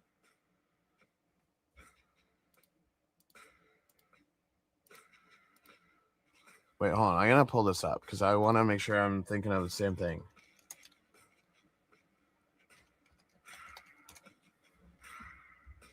Because it's commercial, so yeah, okay, yeah. So I am thinking of the same thing. $50 for 6 empty bottles. Okay, yeah. So they are still a thing. Where are they out of? $17 for a case. That's ridiculous. Okay, so they still have them in Sobeys. Okay. Say, we don't really. IJ, we have. Dollar Tree, we have. Big Bear, okay. So the variety stores. Giant Tiger, okay. Circle K's, okay. Yeah, so we still have them. Years ago when he first came into the league, and I said, "Man, like, where'd you find this guy?" He said, "You laid ad for us. We had Walter. Yeah. This team had Walter Fletcher, Next, veteran player. Max Circle K is getting by now. 3 first down runs. Oh, okay. So it's the old school Beckers. Okay, yeah, I remember going to Beckers back in the day. Alexander passes to Philpott for 10 yards to the Montreal 50.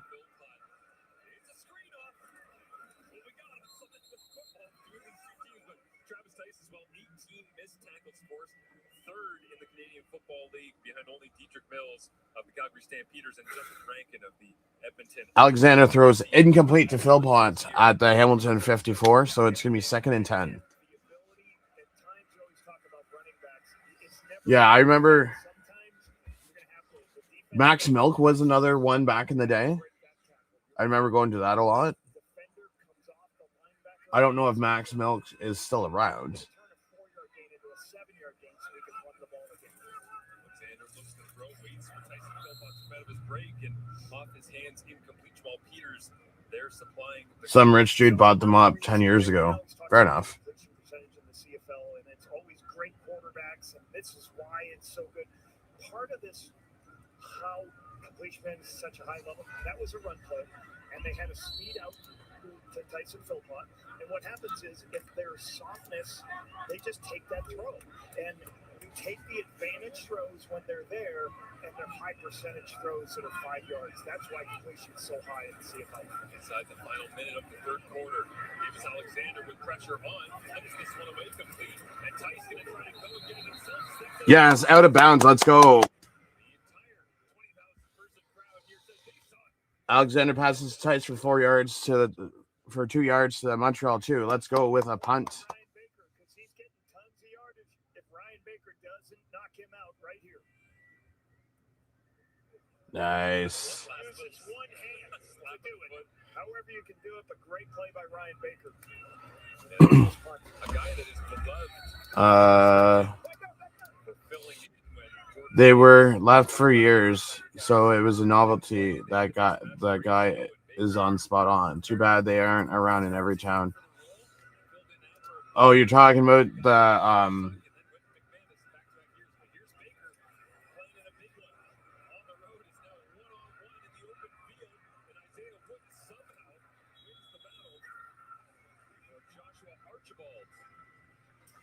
there to bring down Wooden, a punt to 49 yards. Well, Davis Alexander has 100. Yeah, but aren't they like $20 for a case though? 300 plus in every single game so far this season. So we're going to the fourth quarter up by 1. Last week. Let's see what he can do here in the fourth quarter as a close one, an East Division showdown to wind out the break in CFL.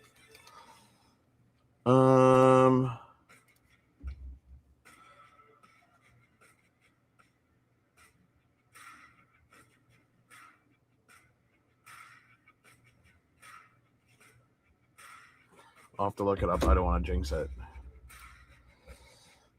Used to get a case.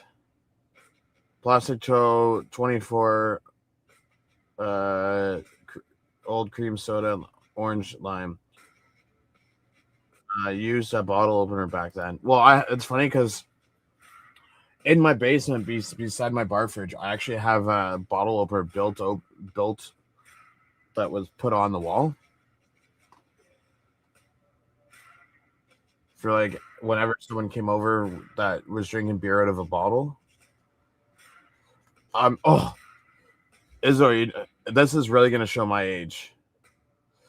Do you remember Dad's Old Fashioned Root Beer? Those bottles are classic. Oh, Rich, that's pretty cool of how retired hockey player Eddie Shack used to sponsor the pop shop. I mean, the Dad's Old Fashioned Root Beer, you can still get those in stores, but they're like $6 to $10 per case. And it's like a case of like 5 or 6, I think. I can smell the Worth from the brewery on the walk. Oh.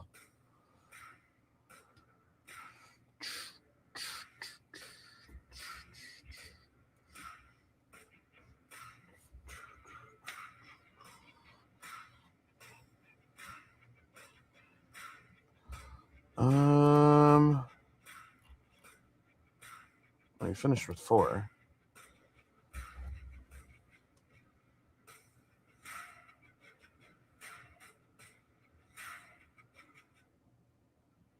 Welcome back as we get set for the fourth quarter here in Montreal. There is Miles Fox. A big week for him with Moyles going down to Ticats Als. Yeah, Miles Fox can add published author to his resume. This week, his children's book, Joyful Jamal, is available for pre-order. A story that explores life through the lens of an autistic boy. Inspired by his younger brother Jackson, who was diagnosed at age 3. This story all began when he was a master's program back in college. It was a project. Now here we are 5 years later that has evolved to be a They're in my local grocery store. family experiences. And there's a line in the book that Jamal says, I am different and that's okay. Miles says this is the essence of the book. We want to celebrate our differences. Growing up with Jackson, there weren't many children's books talking about neurodiversity. The family hopes this can spark meaningful conversations for families. The book can be available officially August 7th, but for now, pre-order is possible. That's big time having the pre-sale. That's so good, Miles. Oh. That's Hopefully no one uses that. Hopefully no one uses that towel again. Well, we'll have to think about Kenny Lawler and his son that's been featured in CFL and TSN, of course, and his autistic background, and then Woody Barrett as well, as we're here in Montreal, the former Montreal Alouettes defensive lineman. He was also a children's author. So See what Hamilton can cook up here in the fourth quarter. who's pumping out the classics? Poets, and you know it. Guys, right? The silent ones that are Let's go offense. time by themselves that end up being the most thoughtful of the third quarter time of possession. Yeah, Roundtree rushes for 1 yard to Hamilton 21. 2nd and 9.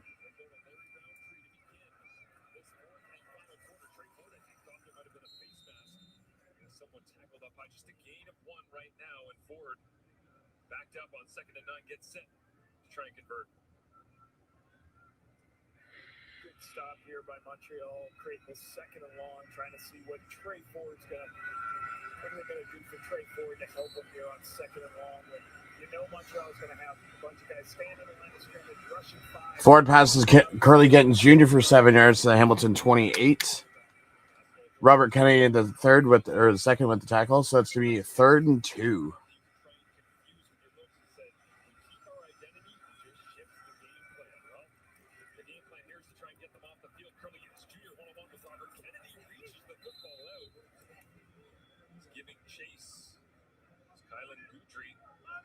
It'll be short 3rd down, and Scott Milanovich calls on his special teams.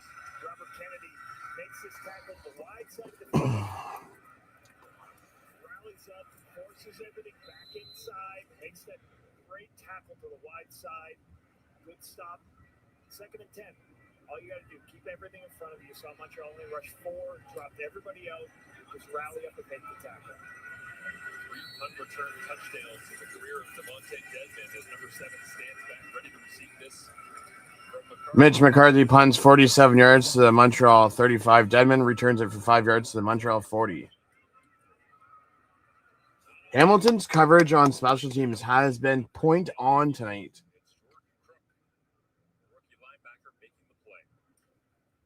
World flavors come together as the culinary competition goes international at all new MasterChef Global Gauntlet Wednesdays on CTV. Stream on Crave. The only thing I've eaten since being in Quebec is poutine and ice cream. There it is. Crook with 3 special teams tackles. Probably ice cream first, right? Especially when you're traveling with a 5-year-old. Of which I am. Davis Alexander digs in. Trailing by 1. Thice rushes for 10 yards to the Montreal 50. Crook with the tackle. Once in his CFL career was on the road in Edmonton earlier this year to Cody Fajardo. His former tutor. DA hands off this time. Travis Tice goes for nearly 10 yards on that one. Pretty, the Montreal Alouettes the last couple of years have not been able to run the ball. What song is that, Isidore?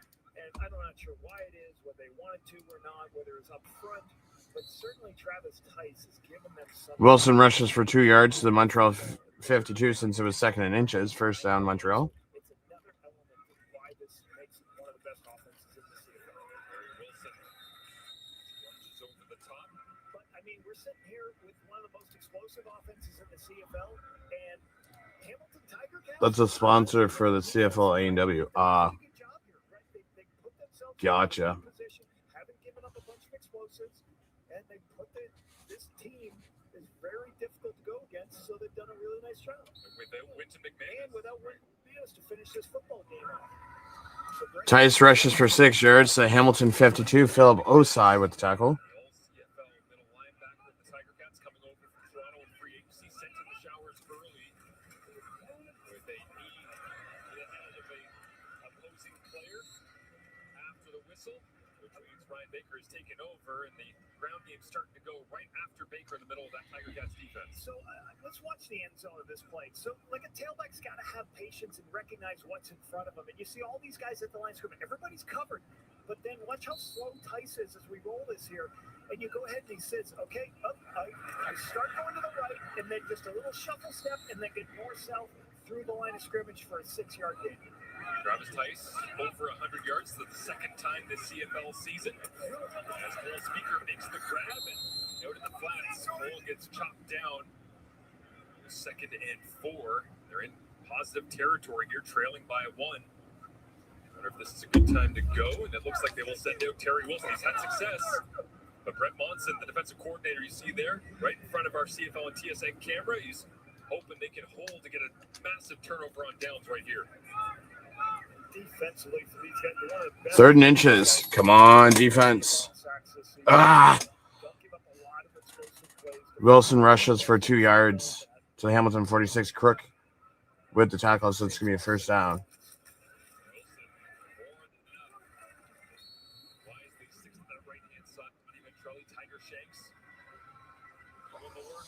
Yeah. I remember that, Rich, the bear for the I don't remember the A&W song though. Started quickly and then faded 2nd and 3rd quarters. They've had to rally and find a way in the 4th. And I would say this, the ball's in the 46 yards. Some yards are more important than others. This is a crucial first down because if you stop them here, they may not kick a field. Field position right on the fringes as Tyson Philpott thinks about reversing field, and now he's going to try get turned back inside. And you can see why all the momentum, all the flow was going to the left of Tyson Philpott. And that's kind of my point here. Alexander passes to Philpott for a loss of 5 yards. Hamilton to the Hamilton 51. Crook with the tackle. Crook's really stepped up since Winton got kicked out.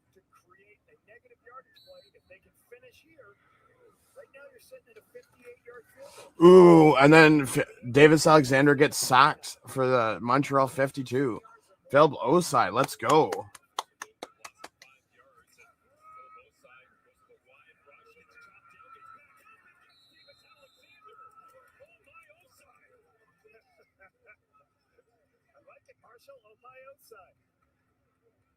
Understanding that Davis Alexander will scramble as he doesn't feel anything open right away, and he's at the bottom of the screen. Set of 5 keys, 5 change bears. I could do a video to show them off. Trombone beat. Zima punts 45 yards to the Hamilton 13. Wooden returns for 10 yards to the Hamilton 23. Canton Arku with the tackle.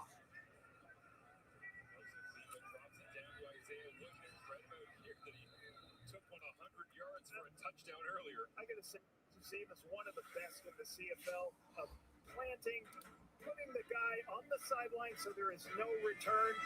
We got 8 minutes left. 1-point game, Marshall. Wow, this is the first time I'm going to see Davis Alexander under 187 yards. And Philpott's under 32. And their highest person's 63. So even if we do lose this game, you can't talk shit about our defense.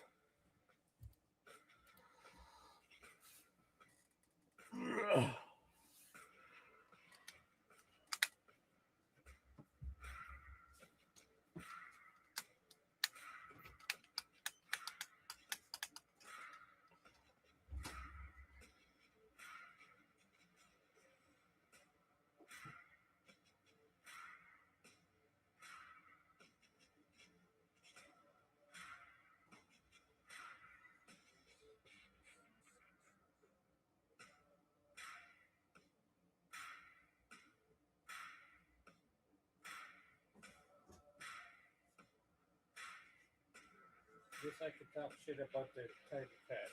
Oh, shut up.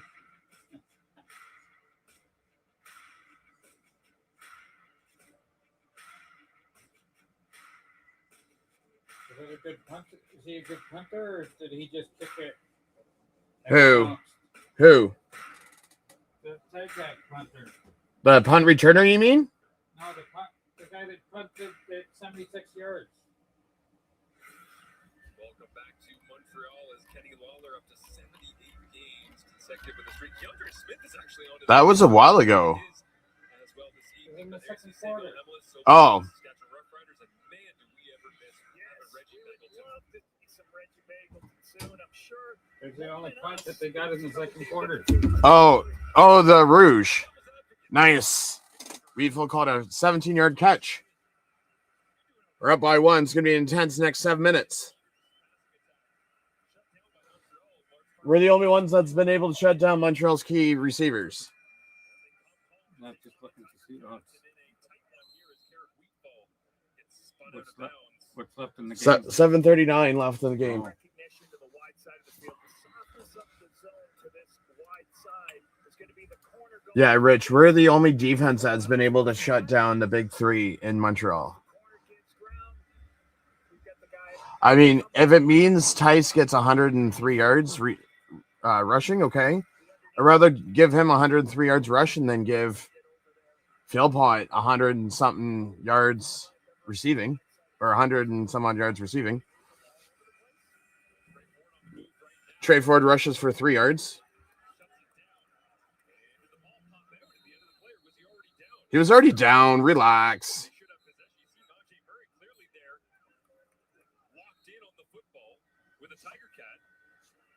Good. I hope Montreal loses this challenge because that's the dumbest thing. His knee was down. Bit of an awkward ending to the play as Jason Moss watches on and immediately throws the challenge flag.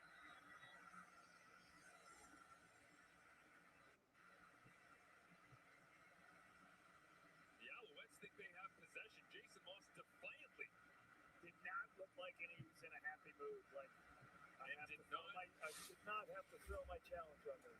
and didn't ask anybody upstairs for a look either. Yeah, one quick look at it here was. Okay, where's the head? Where's the hit on the head to him? Like, oh.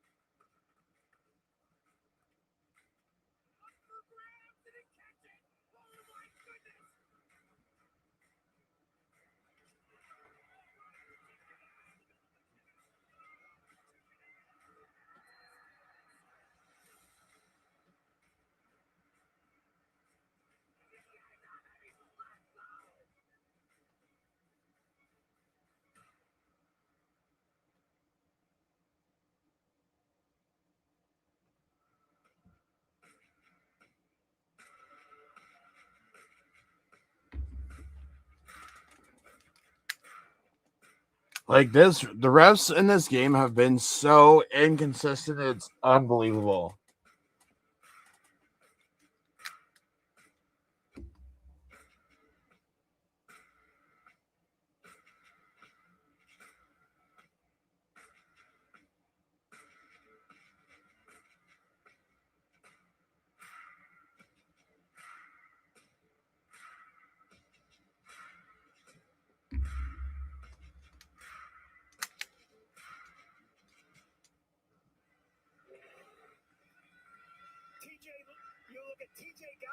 Okay, wait for it.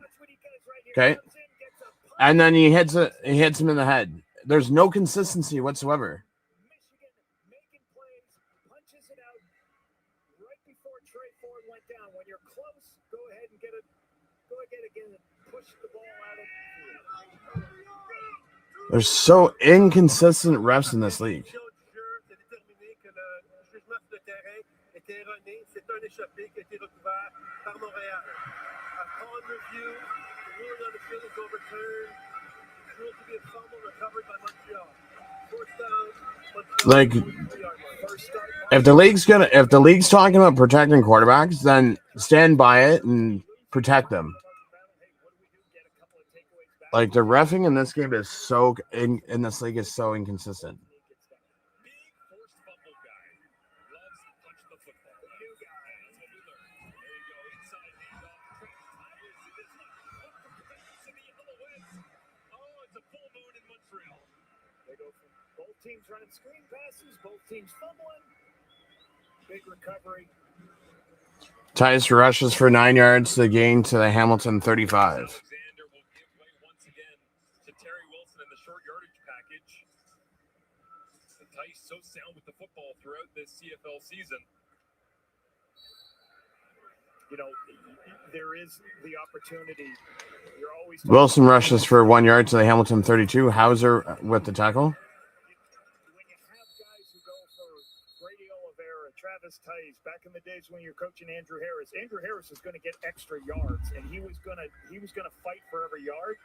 You always have to used to tell the coaching point is, hey, you got to think ball when you're in a pressure situation. When you're getting that extra yardage, guys are coming in to knock that football out. You can see that with Travis Tice. So you just got to have great ball leverage as he's getting those extra yards. One of the coaching points he would always use for those guys.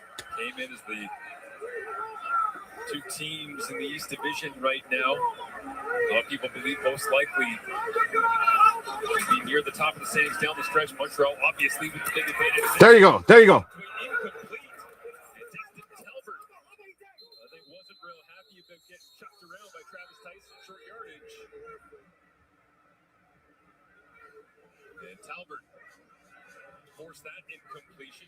Okay, take a look at this right here. Chasing across the field the whole time, and you got to That should be a fumble recovery. and you got to travel, make the tackle, and you got to run full speed all Okay. the way across. So that is Catch. excellent job on the 1, 2, step.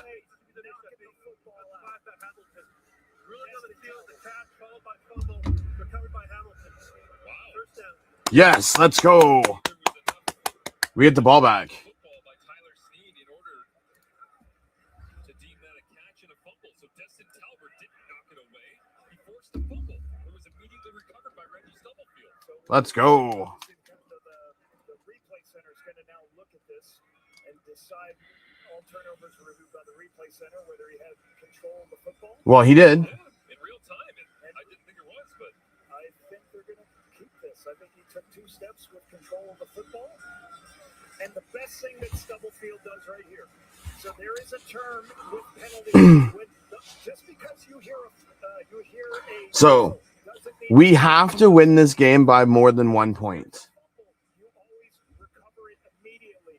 in order to take the season series. The ball on the ground, the replay center or the officials can say, hey, there was too much time. So you have to immediately recover a fumble just in case you had instant replay and there is a whistle on the field. So we always tell your defense, whistles do not stop play on defense. Still recover fumbles. well, full respect to Dave Foxcroft. Roundtree rushes for 0 yards to Hamilton 32. Come on. Like, we should just be passing the ball. Like, Roundtree's rushes hasn't done much at all.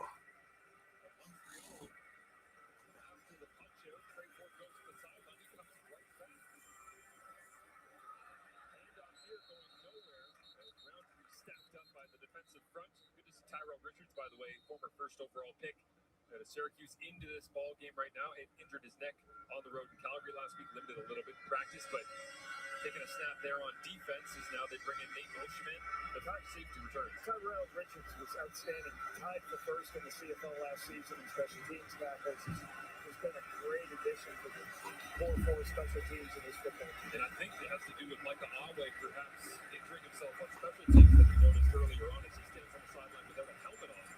Trey Ford throws incomplete to the Montreal 50. Like, don't throw the deep balls, throw short. And throws a comeback route incomplete in the vicinity of Kenny Lawler. It's a 2 and out for the Tiger Cats. Oh, my Lord. The punch out earned them an extra possession. 4-man rush, play a lot of zone, drop everybody out. make sure we keep him in the pocket and see if he can find. Downers Nest 57-52 says better than the Jays there, however, on and off the plate and at bat.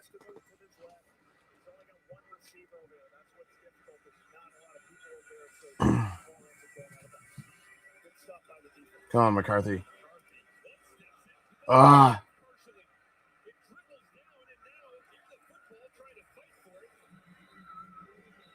If things couldn't go worse for Hamilton.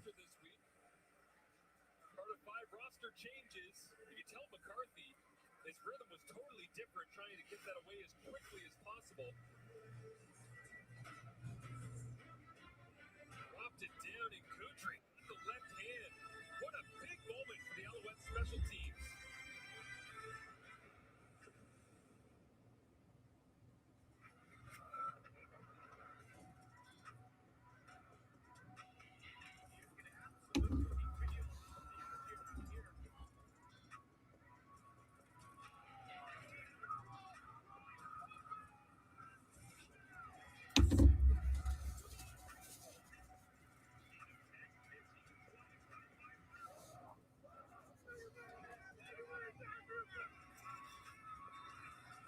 So because it was blocked and we didn't give him no yards, they go to the 36.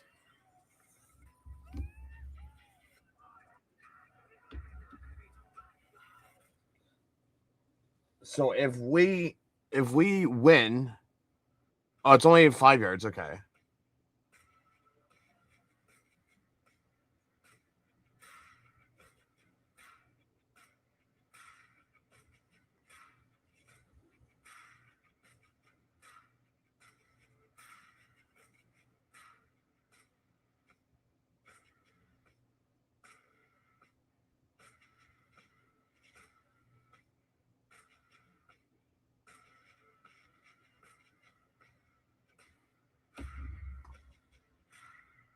Ford just needs to kick the long ball or pass the short passes and kill time. So this is either going to end in one of two ways. So a little bit of penetration here, and then you put your big paw. Either because Montreal's now at the 34-yard line. So they're either going to get a touchdown here and be up by so many, and then we will have to go down and score a touchdown, or they'll kick a field goal and we'll have to go down to kick a field goal for win.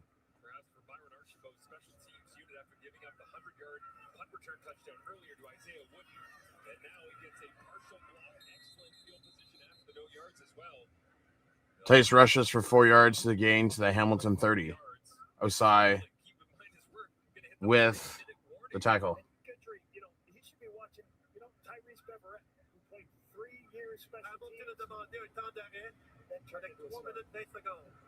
Timeout Hamilton with 3 minutes, 20 seconds left on the clock. So one of the changes, right? They want to make sure if this clock went all the way down to 3 minutes, they would lose time. They want to make sure they conserve a little bit of time here for them to have an opportunity after a field goal to have more time on the clock. So good timeout here by Scott Milanovic. To manage the game as best he can. I'm sure he would have loved to prevent the 2 and out on the last Hamilton possession before the block punt. Tice rushes for 4 yards to the Hamilton 26. So it's going to be 3rd and 2. Right? The defense this time stays home on the backside. And what does that mean? It's Travis Tice keeps cutting this zone play back. This time, they got a bunch of defenders on the backside. So they're going to go for the field goal. Force the field goal. So big stop by Brent Munson's defense here. Force a field goal. C'est temps d'arrêt de 3 minutes, 3-minute timeout. We have hit the 3-minute warning as the Alouettes get set to take a shot at this one, trying to retake the lead and hand it over to Trey Ford facing a deficit.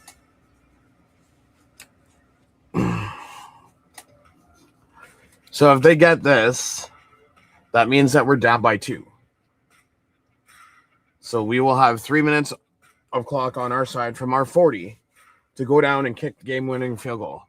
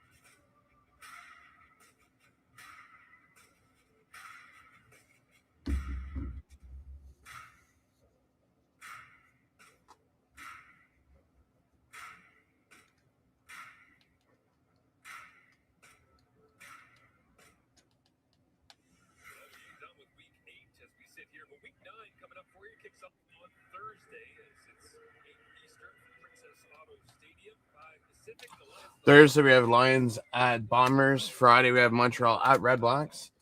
Saturday, I will be at that game. We have Calgary at Hamilton. we got that for you, but the kick coming here at the 3-minute warning. Maltos goes and kicks a 35-yard field goal, so we start at the 40-yard line. So William Gem 71, so it's 2018 for Montreal. With 2:56 left, and we start on our 40. We just got to kill time and go kick the game-winning field goal. Put the pressure squarely on Trey Ford's shoulders. That's basically all we have to do. Buckling it up. Trey's been here before, 5 game-winning drives in his CFL career. 164 yards passing. Under a lot of pressure there. Doesn't have a clean pocket as much this game. But we need to drive now. 2018. Oh, so you don't get the ball under the last 3 minutes. They kicked you. Talking about Vernon Adams Jr., Ticats Alexander. I completely forgot about that. College stats from Trey Ford up here at U Sports. And all that matters right now for the 20,000 in attendance and the entire Tiger Cats sideline as they make their way home this evening is, can he get the job done with 2:06 remaining? What does he need to do in order to lead another game-winning drive? I think Jared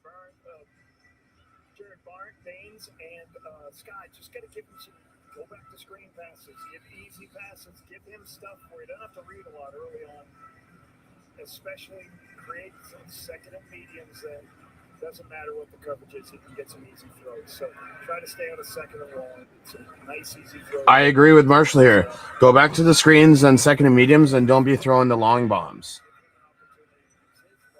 Let's go Wooden.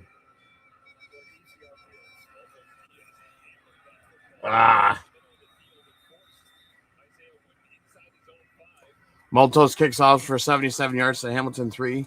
Wooden returns it for 22 yards to the Hamilton 25.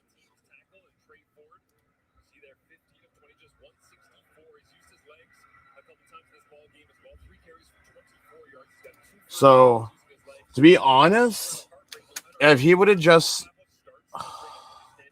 Trey Ford throws incomplete to the Hamilton 31. So, the story of tonight, Will Jam 71 to explain it.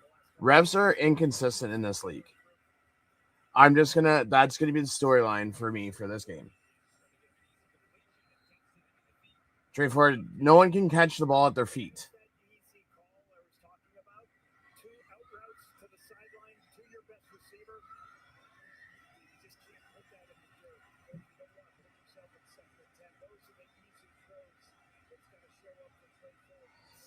Eight for 16 on second down conversions, 50%.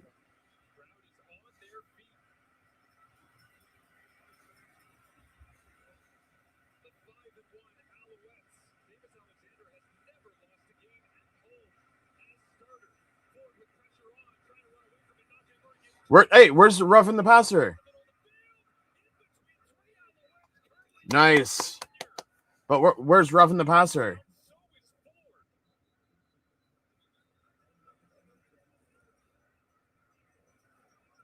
Where's roughing the passer on that?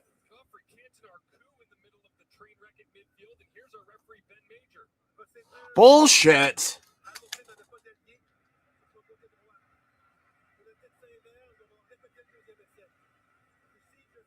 And where's roughing the passer on that? This is what I mean. Fucking inconsistent roughing tonight. So you can only see we have an end on the top of this side, but I can't tell what's happening on the other side, where the other receiver is. Both offensive, the line has to have an eligible receiver on either side. That's a brutal penalty after this spectacular play by Trey Ford.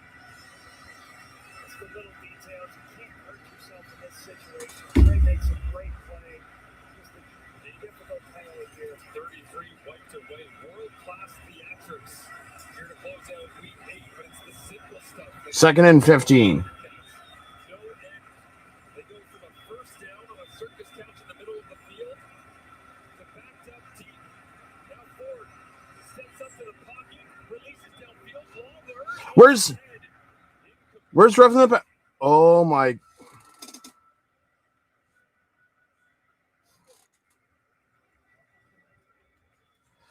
This reffing tonight has been so brutal. I've counted 3 penalties now that should have been penalties for us, and not even close. Make that throw. Boschman's underneath it, forces this ball a little bit high, doesn't locate this ball for him. Just a difficult penalty to stop this drive by the Ticats. Like, the reffing is just brutal.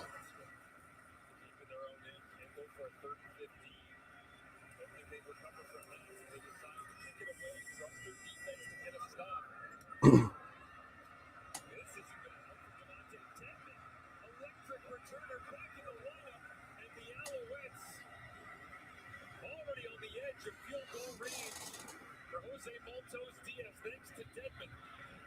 2021 most outstanding special teams player in Ottawa. Way too much space for Dedmon. And again, look, strong body. You gotta bring.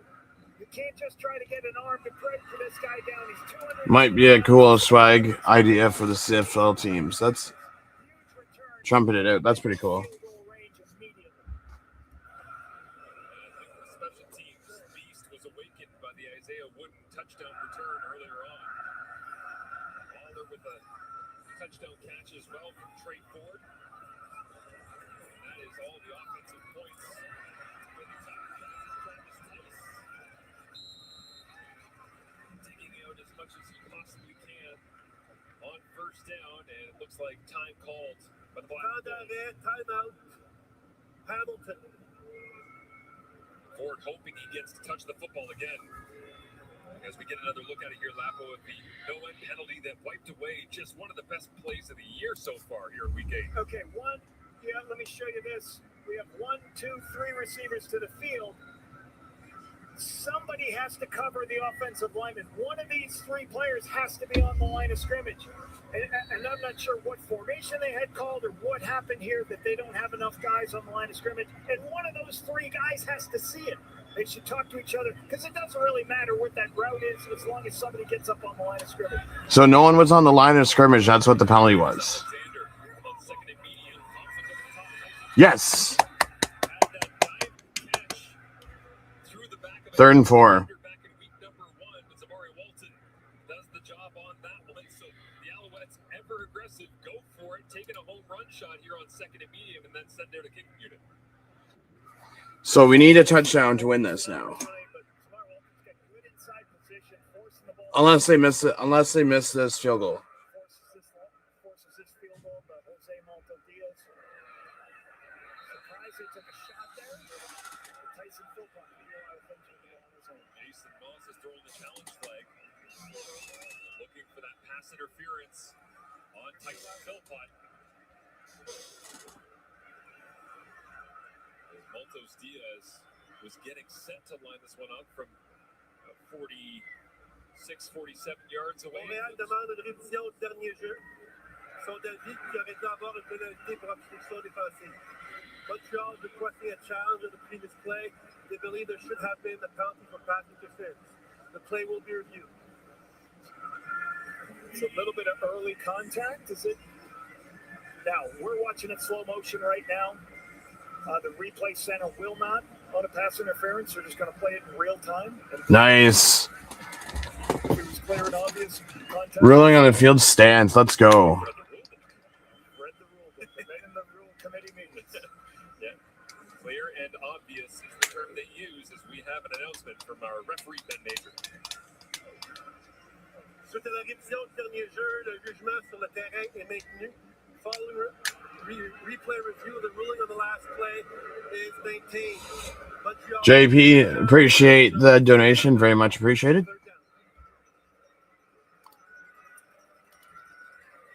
Knapsack Ancient novelty, yeah.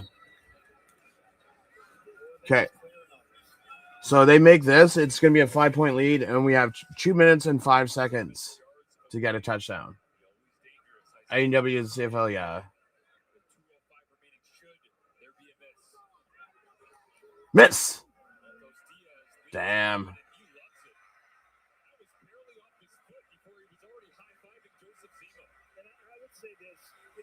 Jason Moss has so much trust in Jose Marcos Diaz because they were sitting at 2nd and 3. You know, they run the football again. They make, even if they don't get the first down, they make it a 45-yard. They make it easier. But he's like, hey, we're taking the shot, and I trust Jose Marcos Diaz is going to make the longer field goal. I don't have to help him. And that's what you want out of your kicker, the trust you have there that they can try to get the first down with a pass and give you the opportunity to kick the long field goal. This was the equivalent of a guy at a par 3 you go in with in the summer, just taking out a 9-iron, and he barely even swings and starts walking towards the green. Well, and I think about Jose Marcos Diaz was a guy I had in Ottawa. What was an old rule? Marco Dubois. You know, there's a lot of guys that have come over from the Ottawa Redblacks from a special teams point that have really helped Coach Archie in this special teams unit. Don't you feel like Montreal has been one of those teams that does such a great job of just plucking the best of this and the best of that, and whenever things pop up in free agency, trying to fill a void, and let's go get a Michael Awe, let's go find a guy to bring in here. Here's an example tonight. DeAndre Bryan getting the start, right? Was with the Elks for a couple of years, was in Calgary in training camp, got released, and the Elks picked him up. Well, still, obviously, a single-score game, and Trey Ford will get the football back. What a quirky, wonderful, wacky end to week number 8 as this one goes over the head and then digs in just inside the end zone. And that will be Isaiah Wooden letting the football slide into touch. And 24-18, 6 points. Need a major, and Trey Ford has to find a way. But field position, obviously giving up that single, moving it out to the 35 here to play, instead of catching it inside his own 5 for Isaiah Wood.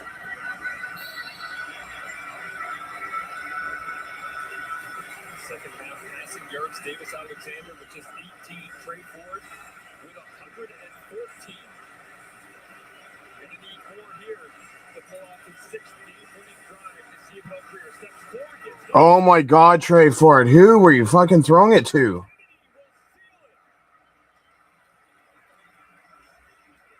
Who the heck were you throwing it to?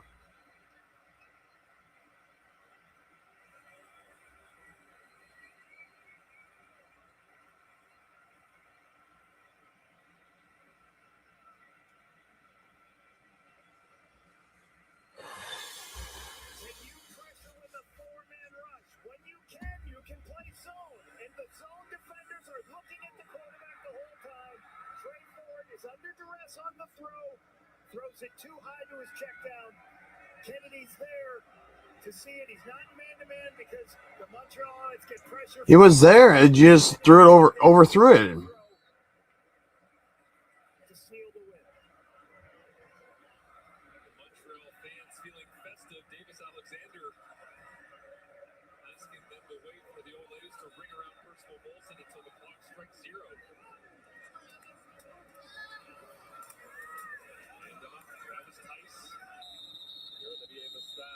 excellent in pass protection, trying to push the pile in the running game, as well as you can tell Robert Kennedy III hanging on close to that football, not letting it go anywhere.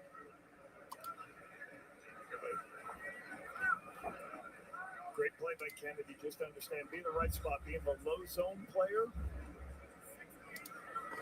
Seeing the quarterback throw it. Like, I don't know what else to say about this game. The reffing in this game was so inconsistent. It's unbelievable. Like 3 times this year, this game's been inconsistent. Staring down the Ticats front. They'll turn around, hand it off. Travis Tice trying to get the edge. He does. And he gets sprung all the way to the 50. And the Tiger Cats are there, but it's too late. First down, Montreal. 2 points are great about Travis Tice. First and foremost, he recognizes, I've been cutting back all game. So what do they call it? An outside zone play. So once you go to the outside zone, to the right side, Ronnie Vetrinelli goes ahead and gets the block on the edge, and then Travis Tice doesn't, goes down early so the clock keeps running. Good situational football by Travis Tice, recognizing there's no contain, get the ball outside, and then getting down to keep the clock running.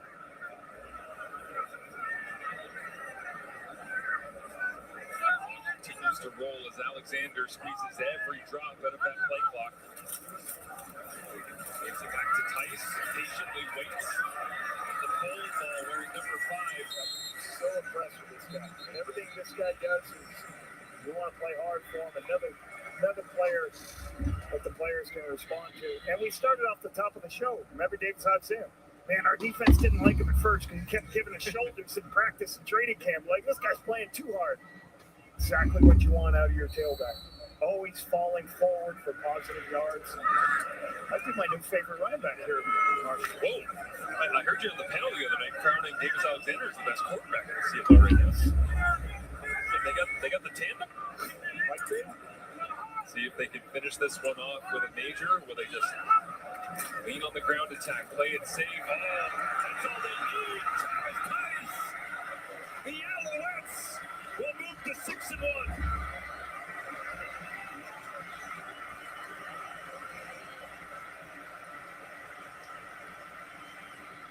You don't have to be fast to be able to make plays in the Canadian Football League. You go ahead and roll it, guys. You got to have balance. Okay, he's right here. The jump cut to the left, knowing everybody's inside. The linebackers went the line of scrimmage. I can wind it all the way back, get the touchdown. Second career high, 2 weeks in a row, career high numbers for Travis Tice.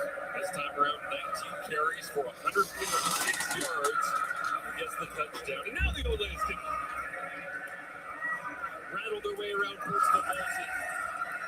As Maltos Diaz adds another. And the final score might end up looking the way that many thought it should have, would have, was supposed to, based on the conversation coming into this one, but it was a battle for Montreal to get clear, and it was due in large part to the efforts of this man. And here's what's No, it was due to the refs. Like, let's call it the way it is. Big explosive plays downfield. Davis Alexander chucking it downfield. We just got 2 career highs 2 weeks in a row from the tailback position of Montreal Alouettes. So they can run the football. They got a quarterback who can scramble around, create explosive plays. They got talented wide receivers. They've got a lot of good things going on offensively. And I said this last week, since Jason Moss took over, it was the defense really led this team in his first couple of years. I think this team goes through the offense now. And, the defense is still outstanding, veteran players and everything, but you got to keep up with this Montreal offense to stay in games now. I think the biggest thing that I take away from this, Lapo, is that the best teams in the CFL year over year find a way, and everybody takes their turn being the reason that you're getting wins. When teams are losing, 3-phase football. Everybody takes their turns being the reason that you're losing, right? Struggling to figure out, well, if we plug that hole in the boat, there's another hole over here. And right now, the Alouettes just don't have many holes in the boat. They're not sinking anytime soon. As I say, just picks up the football and runs away down the left sideline. The other thing that you talk about the top teams, what they're going to have every year, is we're always going to be in the top 1, 2, 3 defensively. Very seldomly. Match légal, Hamilton numéro 12. On va reculer d'hiver, ça va être premier essai pour Hamilton. Legal block on the return. Hamilton number 12. It's going to be first down for Hamilton. So some teams are going to be able to outscore people and win games, but to consistently win, you've got to be a team defensively that keeps them out of the end zone, gets takeaways. Those are the top teams you'll see in the league right now. Montreal, right? You talked about the Edmonton Alouettes, top team. They're playing great defense, taking the football away. Saskatchewan Roughriders this season, they're playing pretty good defense. So those are the teams. Match those with a talented offense. That's why they're in the tops in the league. Absolutely. Well, back-to-back weeks, tough-fought victories for the Montreal Alouettes. Finding ways to grind and complete the task at hand. Definitely the sign of an excellent team as that was made by a guy at the end of that one. And The new guy, TJ guy. And in that theme, though, I love what Noel Thorpe said to us this week. It's one of those great quotes that you just kind of catch in the middle of like a 20-minute conversation. He said, this team has finished, not folded this year. Well, and the other thing, let's go back to our point. Noel Thorpe said he talked to the defense because I talked to him about that. You know, hey, defensively, you guys kind of led the way. And he says, I was telling the guys, this doesn't happen. You know, this is, for the most part, offense is giving you guys a really good grade. You guys enjoy the fact that the offense puts points on the board, they stay on the field. They're helping this defense win. And another big win for this Montreal. Other than that interception that Ford threw at the end, it honestly was not that bad of a game. I mean, we were only down by 6.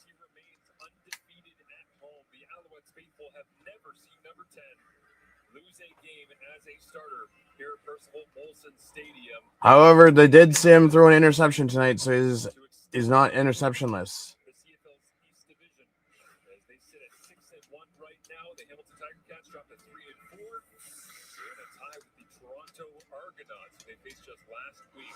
But we're gonna end the lives. Yeah, the refs tonight were brutal. And if you didn't watch tonight, then, or if you did watch tonight and you said that they weren't, then definitely you don't know what you're watching then, because it was a brutal game for the refs.